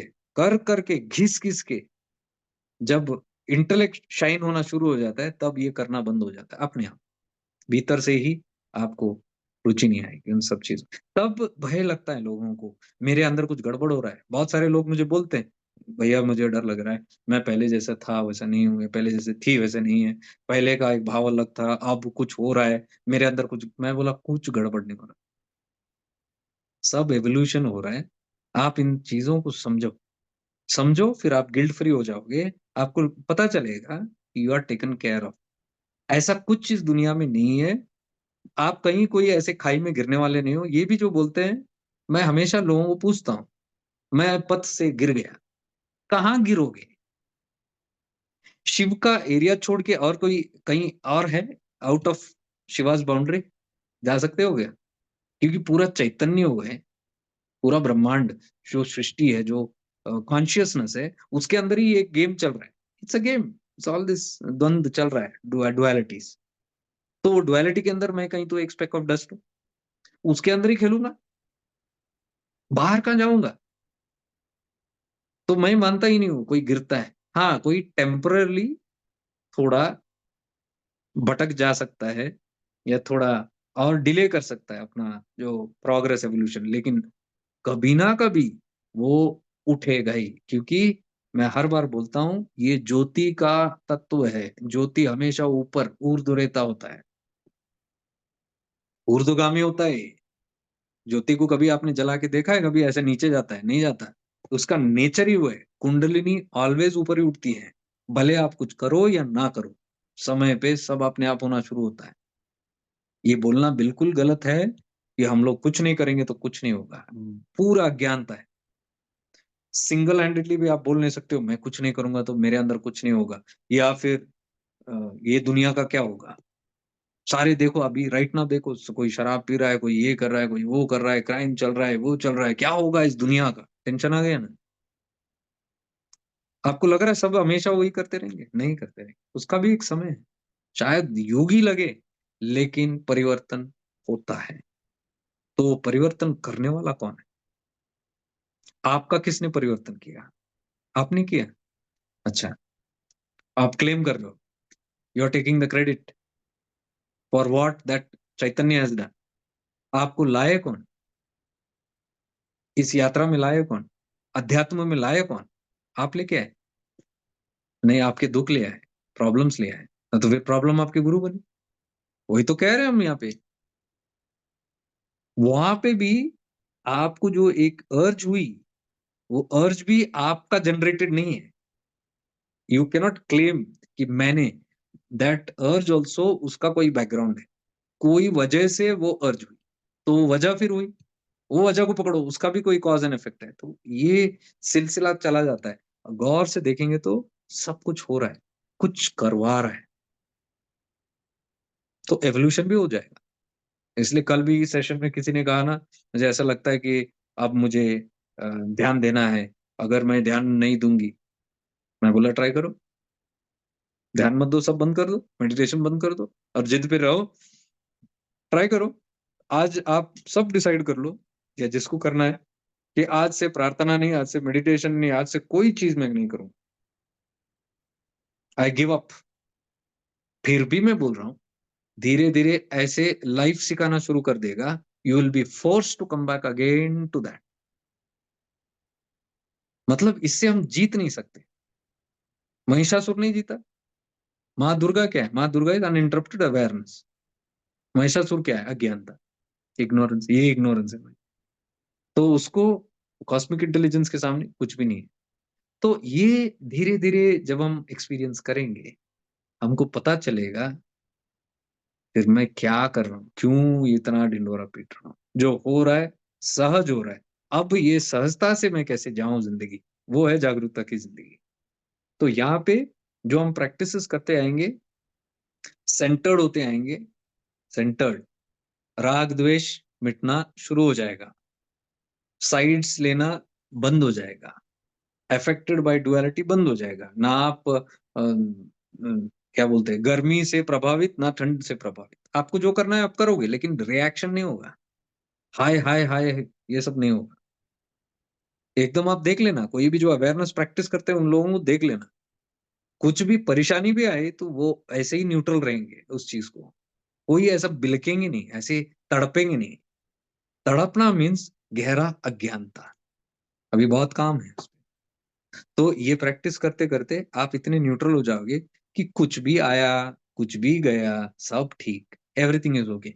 इसी तत्व को मेरे गुरु बोल-बोल के थक गए, लेकिन लोग समझ नहीं पा रहे थे। वो कहते थे हर हाल में खुश, हर हाल में खुश को इतना एक्सप्लॉइट कर दिया लोगों ने, हर हाल में खुश मतलब लोगों को लगता था कि हमेशा हँसते रहो, बकवास। कोशिश करो हमेशा हँसने की, नहीं होगा। वो बिल्कुल उसका मीनिंग नहीं है। हर हाल में खुश यानी कि दुःख में भी खुशी। अब वो ये नहीं कर रहे कि दुःख में आप दुःख को भूल के या दुःख को हटा के आप खुशी ढूँढो, बिल्कुल नहीं कह रहे। वो कह रहे हैं कि न्यूट्रैलिटी से देखो, वो दुःख भी जैसे आपका सुख आके थोड़ी देर रुक के चला गया ज़िंदगी से, वैसे वो दुःख भी थोड़ी देर का ही मेहमान है। जो जब तक मेहमान है, उसको मेहमान की तरह रखो, उसके साथ शादी मत करो।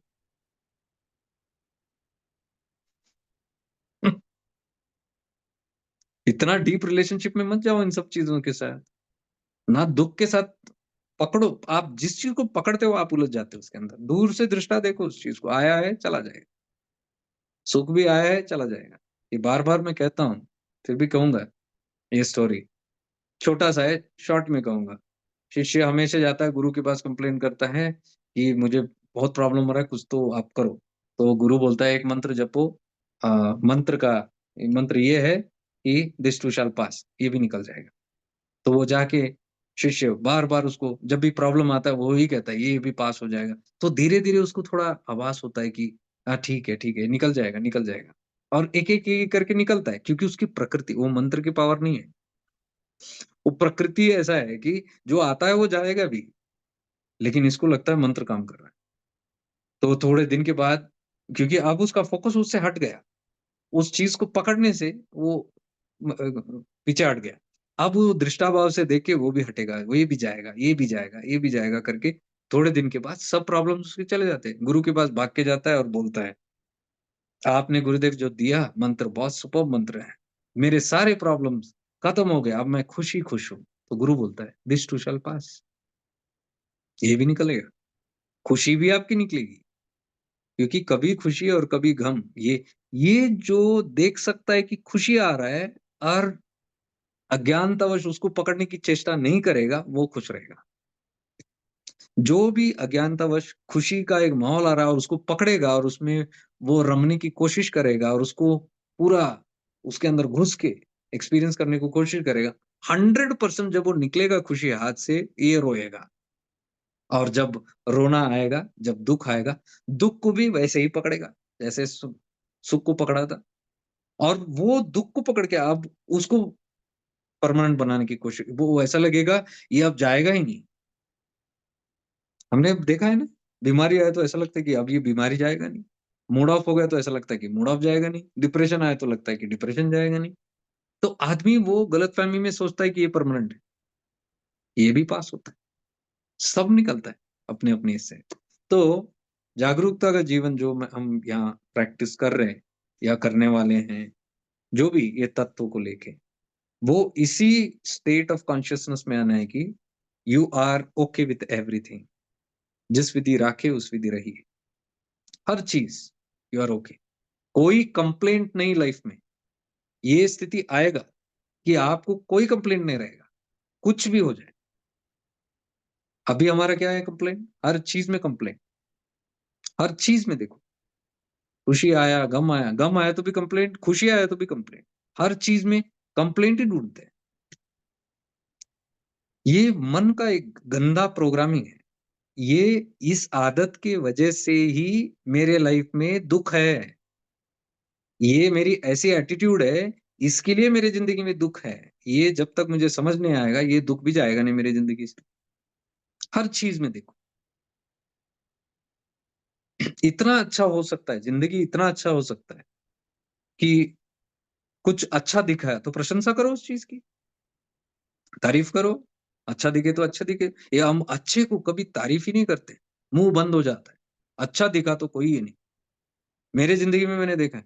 मेरे दोस्त-वोस्त जो भी है, सो कॉल्ड वेल विशर्स, कितना भी आप तरक्की कर लो, कितना भी आप खुशी, कितना भी आप आगे बढ़ो, कोई आपको बोलेगा नहीं, शाबाश! बहुत बेहतर किया आपने। कोई नहीं बोलेगा, सब गायब। लेकिन कुछ गड़बड़ किया, वो इतने रिकॉर्ड रखेंगे उस चीज़ का और उसको बाँच-बाँच के वो आपको रिमाइंड करेंगे उस चीज़ को। क्योंकि हमारी वही मक्खी जैसा आदत है। मक्खी कहाँ बैठता है आपको पता है ना? गंदगी पे बैठता है। तो मधुमक्खी का वेदांत में एग्ज़ाम्पल, मधुमक्खी बने, मक्खी नहीं। मक्खी गंदगी पे बैठता है। मधुमक्खी हमेशा नेक्टर, शहद चुनता है, फूलों पे बैठता है। ऐसा नज़रिया होना चाहिए। ऐसी नज़रिया बन गई, तो ज़िंदगी भी हो गया। अवधूत गीता में बी, ये है ना, ये भी उनका एक गुरु है। बी ऑल्सो इज़ वन गुरु। तो उन्होंने ये सीखा उसके अंदर से। देखो यही ज़िंदगी अपने को ये दे देती है। तो कुछ-कुछ चीज़ें हैं जो रेक्टिफ़िकेशन, वो हम ये सत्संग के इससे और बाकी काफ़ी सारे जो भी हमारा इंटरैक्शंस है, उसमें हम सीखते हैं, प्रैक्टिस करते हैं, आदर करते हैं, ट्राई करते रहते हैं इन सब चीज़ों से। साथ ही साथ उन 2-3 जो सिंपल प्रैक्टिसेस है, उसको हम फॉलो करते हैं। And those practice are something जो आपको दरवाज़ा बंद करके आधा घंटा, पौना घंटा, 2 घंटा नहीं करना है। ये आपको जीते, जागते, चलते, खाते, पीते, नहाते, दौड़ते, खेलते, काम करते, हर समय में एक जागरूकता है। ठीक है ना? इसका एक मकसद है, क्योंकि हम अपने 3 अवस्था में से 1 अवस्था को जागृत कर रहे हैं इसके अंदर। हमारी जागृत अवस्था है, सुषुप्ति अवस्था है और निद्रा अवस्था है। तो ये 3 स्टेट में जब अवेयरनेस स्थायी हो जाता है, स्थित हो जाता है, that is called self realisation. You are free. Not even self, you are liberated. Not even self-realized, it's mukti. Because you become Shiva. Shiva is like that, blank, aware at all times. जागृत रहो तो भी awareness है, स्वप्न में भी awareness है, नींद में भी अवेयरनेस है कि मैं सो रहा हूँ। There is awareness that I am sleeping. Dreams देख रहे हो तो there is awareness, this is a dream. उसमें कोई खो नहीं जाता कि oh my God this is real, नहीं, इट इज एन अवेयरनेस। तो वो जो दो स्थिति है, स्वप्न और सुषुप्ति, अगर जागृत करना है तो you have to have first this established, जागृत अवस्था, वेकिंग स्टेट, पूर्ण सजग होना है। तो वही प्रयास है यहाँ पे। तो what you all are doing is actually Tripura Rahasya, ये Tripura Rahasya, three states, secrets of the three states, Ashtavakra Gita है। We are working on these principles straight, लेकिन मैं उसको बड़ा सिंप्लीफाई करके बता रहा हूँ। अगर आप यही करते जाएंगे तो आगे आगे जैसे जैसे आपको एक्सपीरियंस होकर स्थिति आ जाएगी, देन आई विल एक्सप्लेन ये स्थिति है। अभी हम लोग अगर टारगेट रखेंगे तो सब पच पच हो जाएगा। So I don't tell all that too much. एक स्टेप बाय स्टेप ही लेके चलते हैं, लेकिन इट स्टेबलाइजेस। ठीक है ना? तो जागृत अवस्था, हमारा गोल पूरा है कि जागरूक जीवन है, तो जागृत अवस्था में जब तक हम जागृत है, अवेकन्ड है, जगे हुए हैं, तब तक ये होश बना रहे। अनइंटरप्टेड अवेयरनेस, भैरवी को जागृत करना है। Uninterrupted awareness is known as Bhairavi. Okay, तो भैरवी को जागृत करना यानी कि हमेशा सजग और जागरूक रहना। How can we do that? By these practices. Many practices are there, many many. तो start with these things, you will start seeing the difference. Immediately आपको डिफरेंस दिखना शुरू हो जाएगा लाइफ में।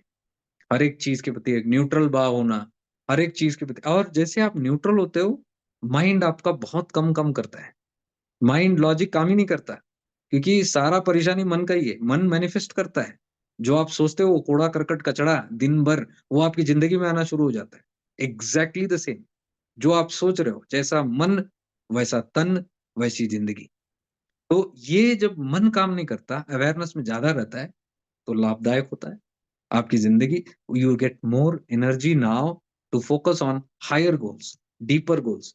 इस स्टेट में manifestation multiplies, manifestation power, intuition power, ये सब मल्टीप्लाई होता है। तो उसमें क्या होता है, now you know what to do with life, how to navigate through life. और यहाँ गोल वो होता है कि ये संसार माया से निकलने का गोल होता है। तो ये ऐसा नहीं है कि इंट्यूशन बढ़ाए, वो बढ़ाए और जाके फिर मैं उसके अंदर लिप्त हो जाऊं। वैसे आएगा भी नहीं। Okay, as per the law of evolution ये सब चीजें आएगा भी नहीं till I am not ready. आत्मज्ञान, आत्मबोध, जब तक पवित्रता है, शुद्ध भाव और विचार है, शुद्ध इंटेंशन है, प्योर इंटेंशन जब तक नहीं है, वो पड़ाव तक कोई नजदीक नहीं आ सकता। तो इट इज ऑटोमेटिकली प्रोटेक्टेड। तो मैं ये आपको नुस्खे दे रहा हूँ कि कुछ कुछ तत्व है, अगर आप करते जाएंगे तो दरवाजे अपने आप खुलते जाएंगे। तो I have to make myself worthy. इसको अ, वेदांत में कहते हैं अधिकारी। अधिकारी, अधिकारी बनना। अधिकारी यानी वर्दी बनना। अधिकार है मुझे इसका, तो उसके लिए वर्दी बनना होता है। वर्दी के लिए बहुत टेस्ट होते हैं, लाइफ में बहुत टेस्ट आएगा। वो टेस्ट में सब you can keep on passing if you have a sharp awareness, the power and grace of awareness, you will simply pass through everything.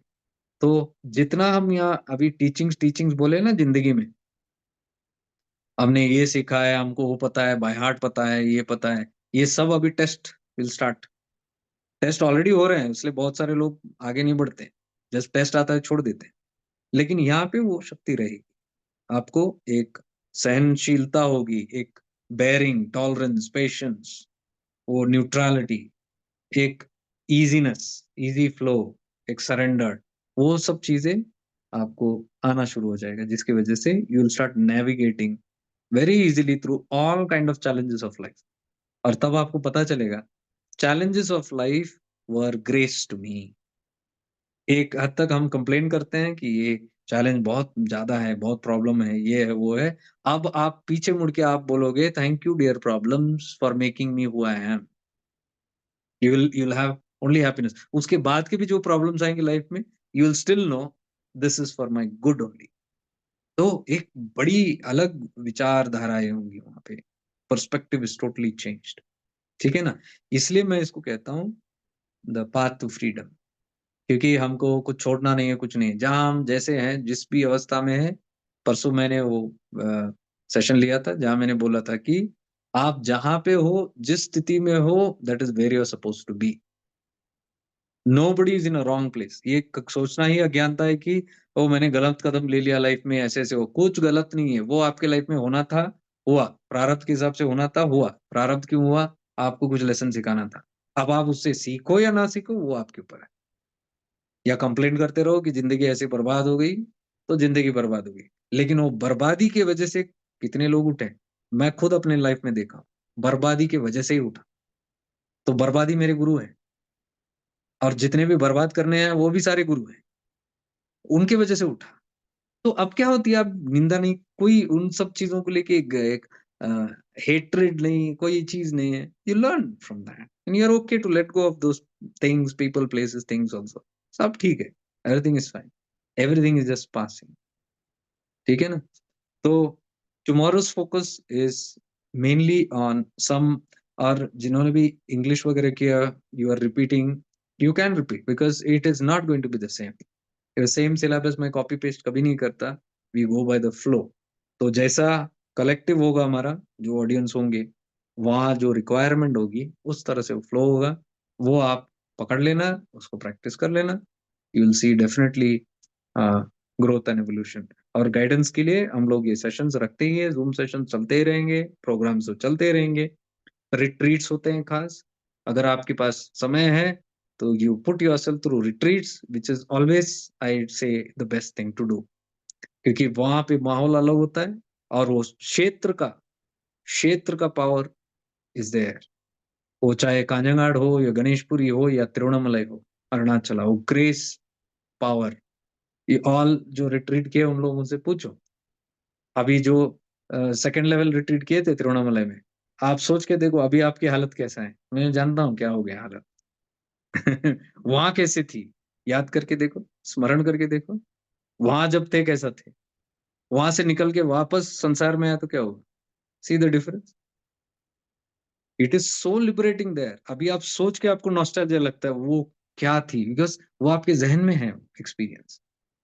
So that is a possibility कि हम जो बात कर रहे हैं अध्यात्म, वो सब चीज you get to directly experience it there से। वाह, वो एक्सपीरियंस जरूरी है, बिकॉज आपके चित्त में बैठ गया, you will know now what I need.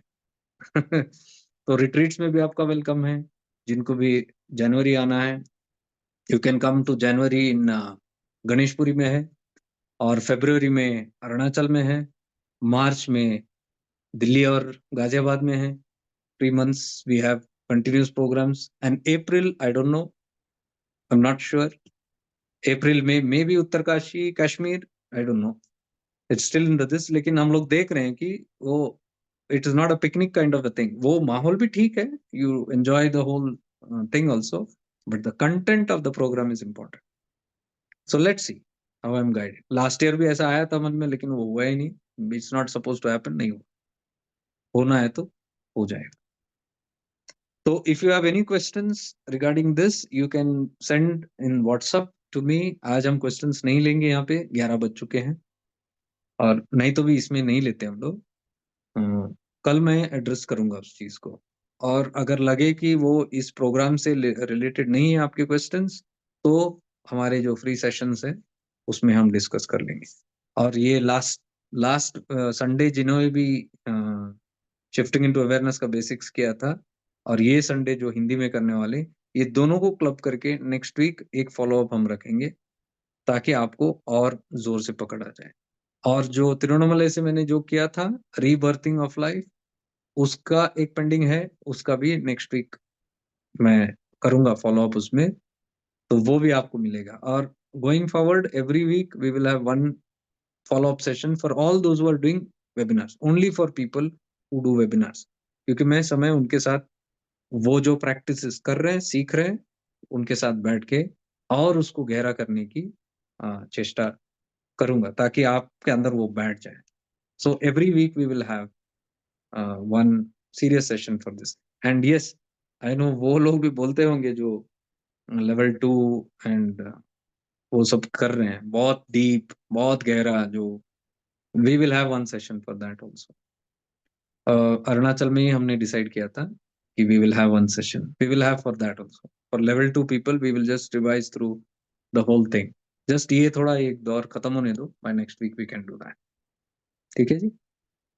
So thank you for being here today. आप जिन्होंने भी रजिस्टर किया है कल के लिए, कल मिलते हैं। नहीं किया तो अगर आप करना चाह रहे हैं तो कल मैक्सिमम आप 11 बजे के अंदर ही कीजिएगा। 10:30 11 लास्ट मोमेंट को प्लीज मत कीजिए, मैं देख नहीं पाऊंगा।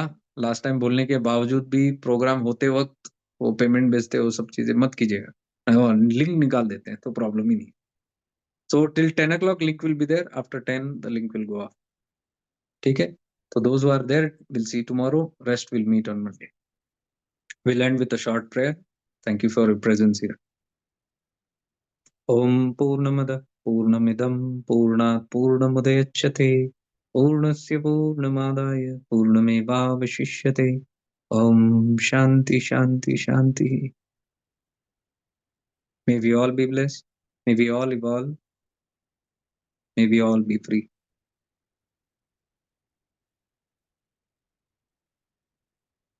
आज पूर्णिमा है, बहुत अच्छा रात है, आप कॉन्टेम्पलेट करना है तो कर लो। वो वीडियो जरूर देख के सो जाना, क्योंकि आपके जहन में बैठ जाएगा वो आज का मैसेज, जो भगवान दत्तात्रेय से ही आया समझ लो आप, क्योंकि उनका ही सीख है वो सब चीजें। Okay, it's a very beautiful message for a new life, new perspective, new thinking, of deeper wisdom. आप एक बार उसको देख लेना, मैं सबको वो वीडियो भी भेज देता हूँ जो आपको भेजा था। तो आपको दत्त जयंती की भी बड़ी शुभकामनाएं, और पूर्णिमा का भी, आज पूर्णिमा है। Stay blessed.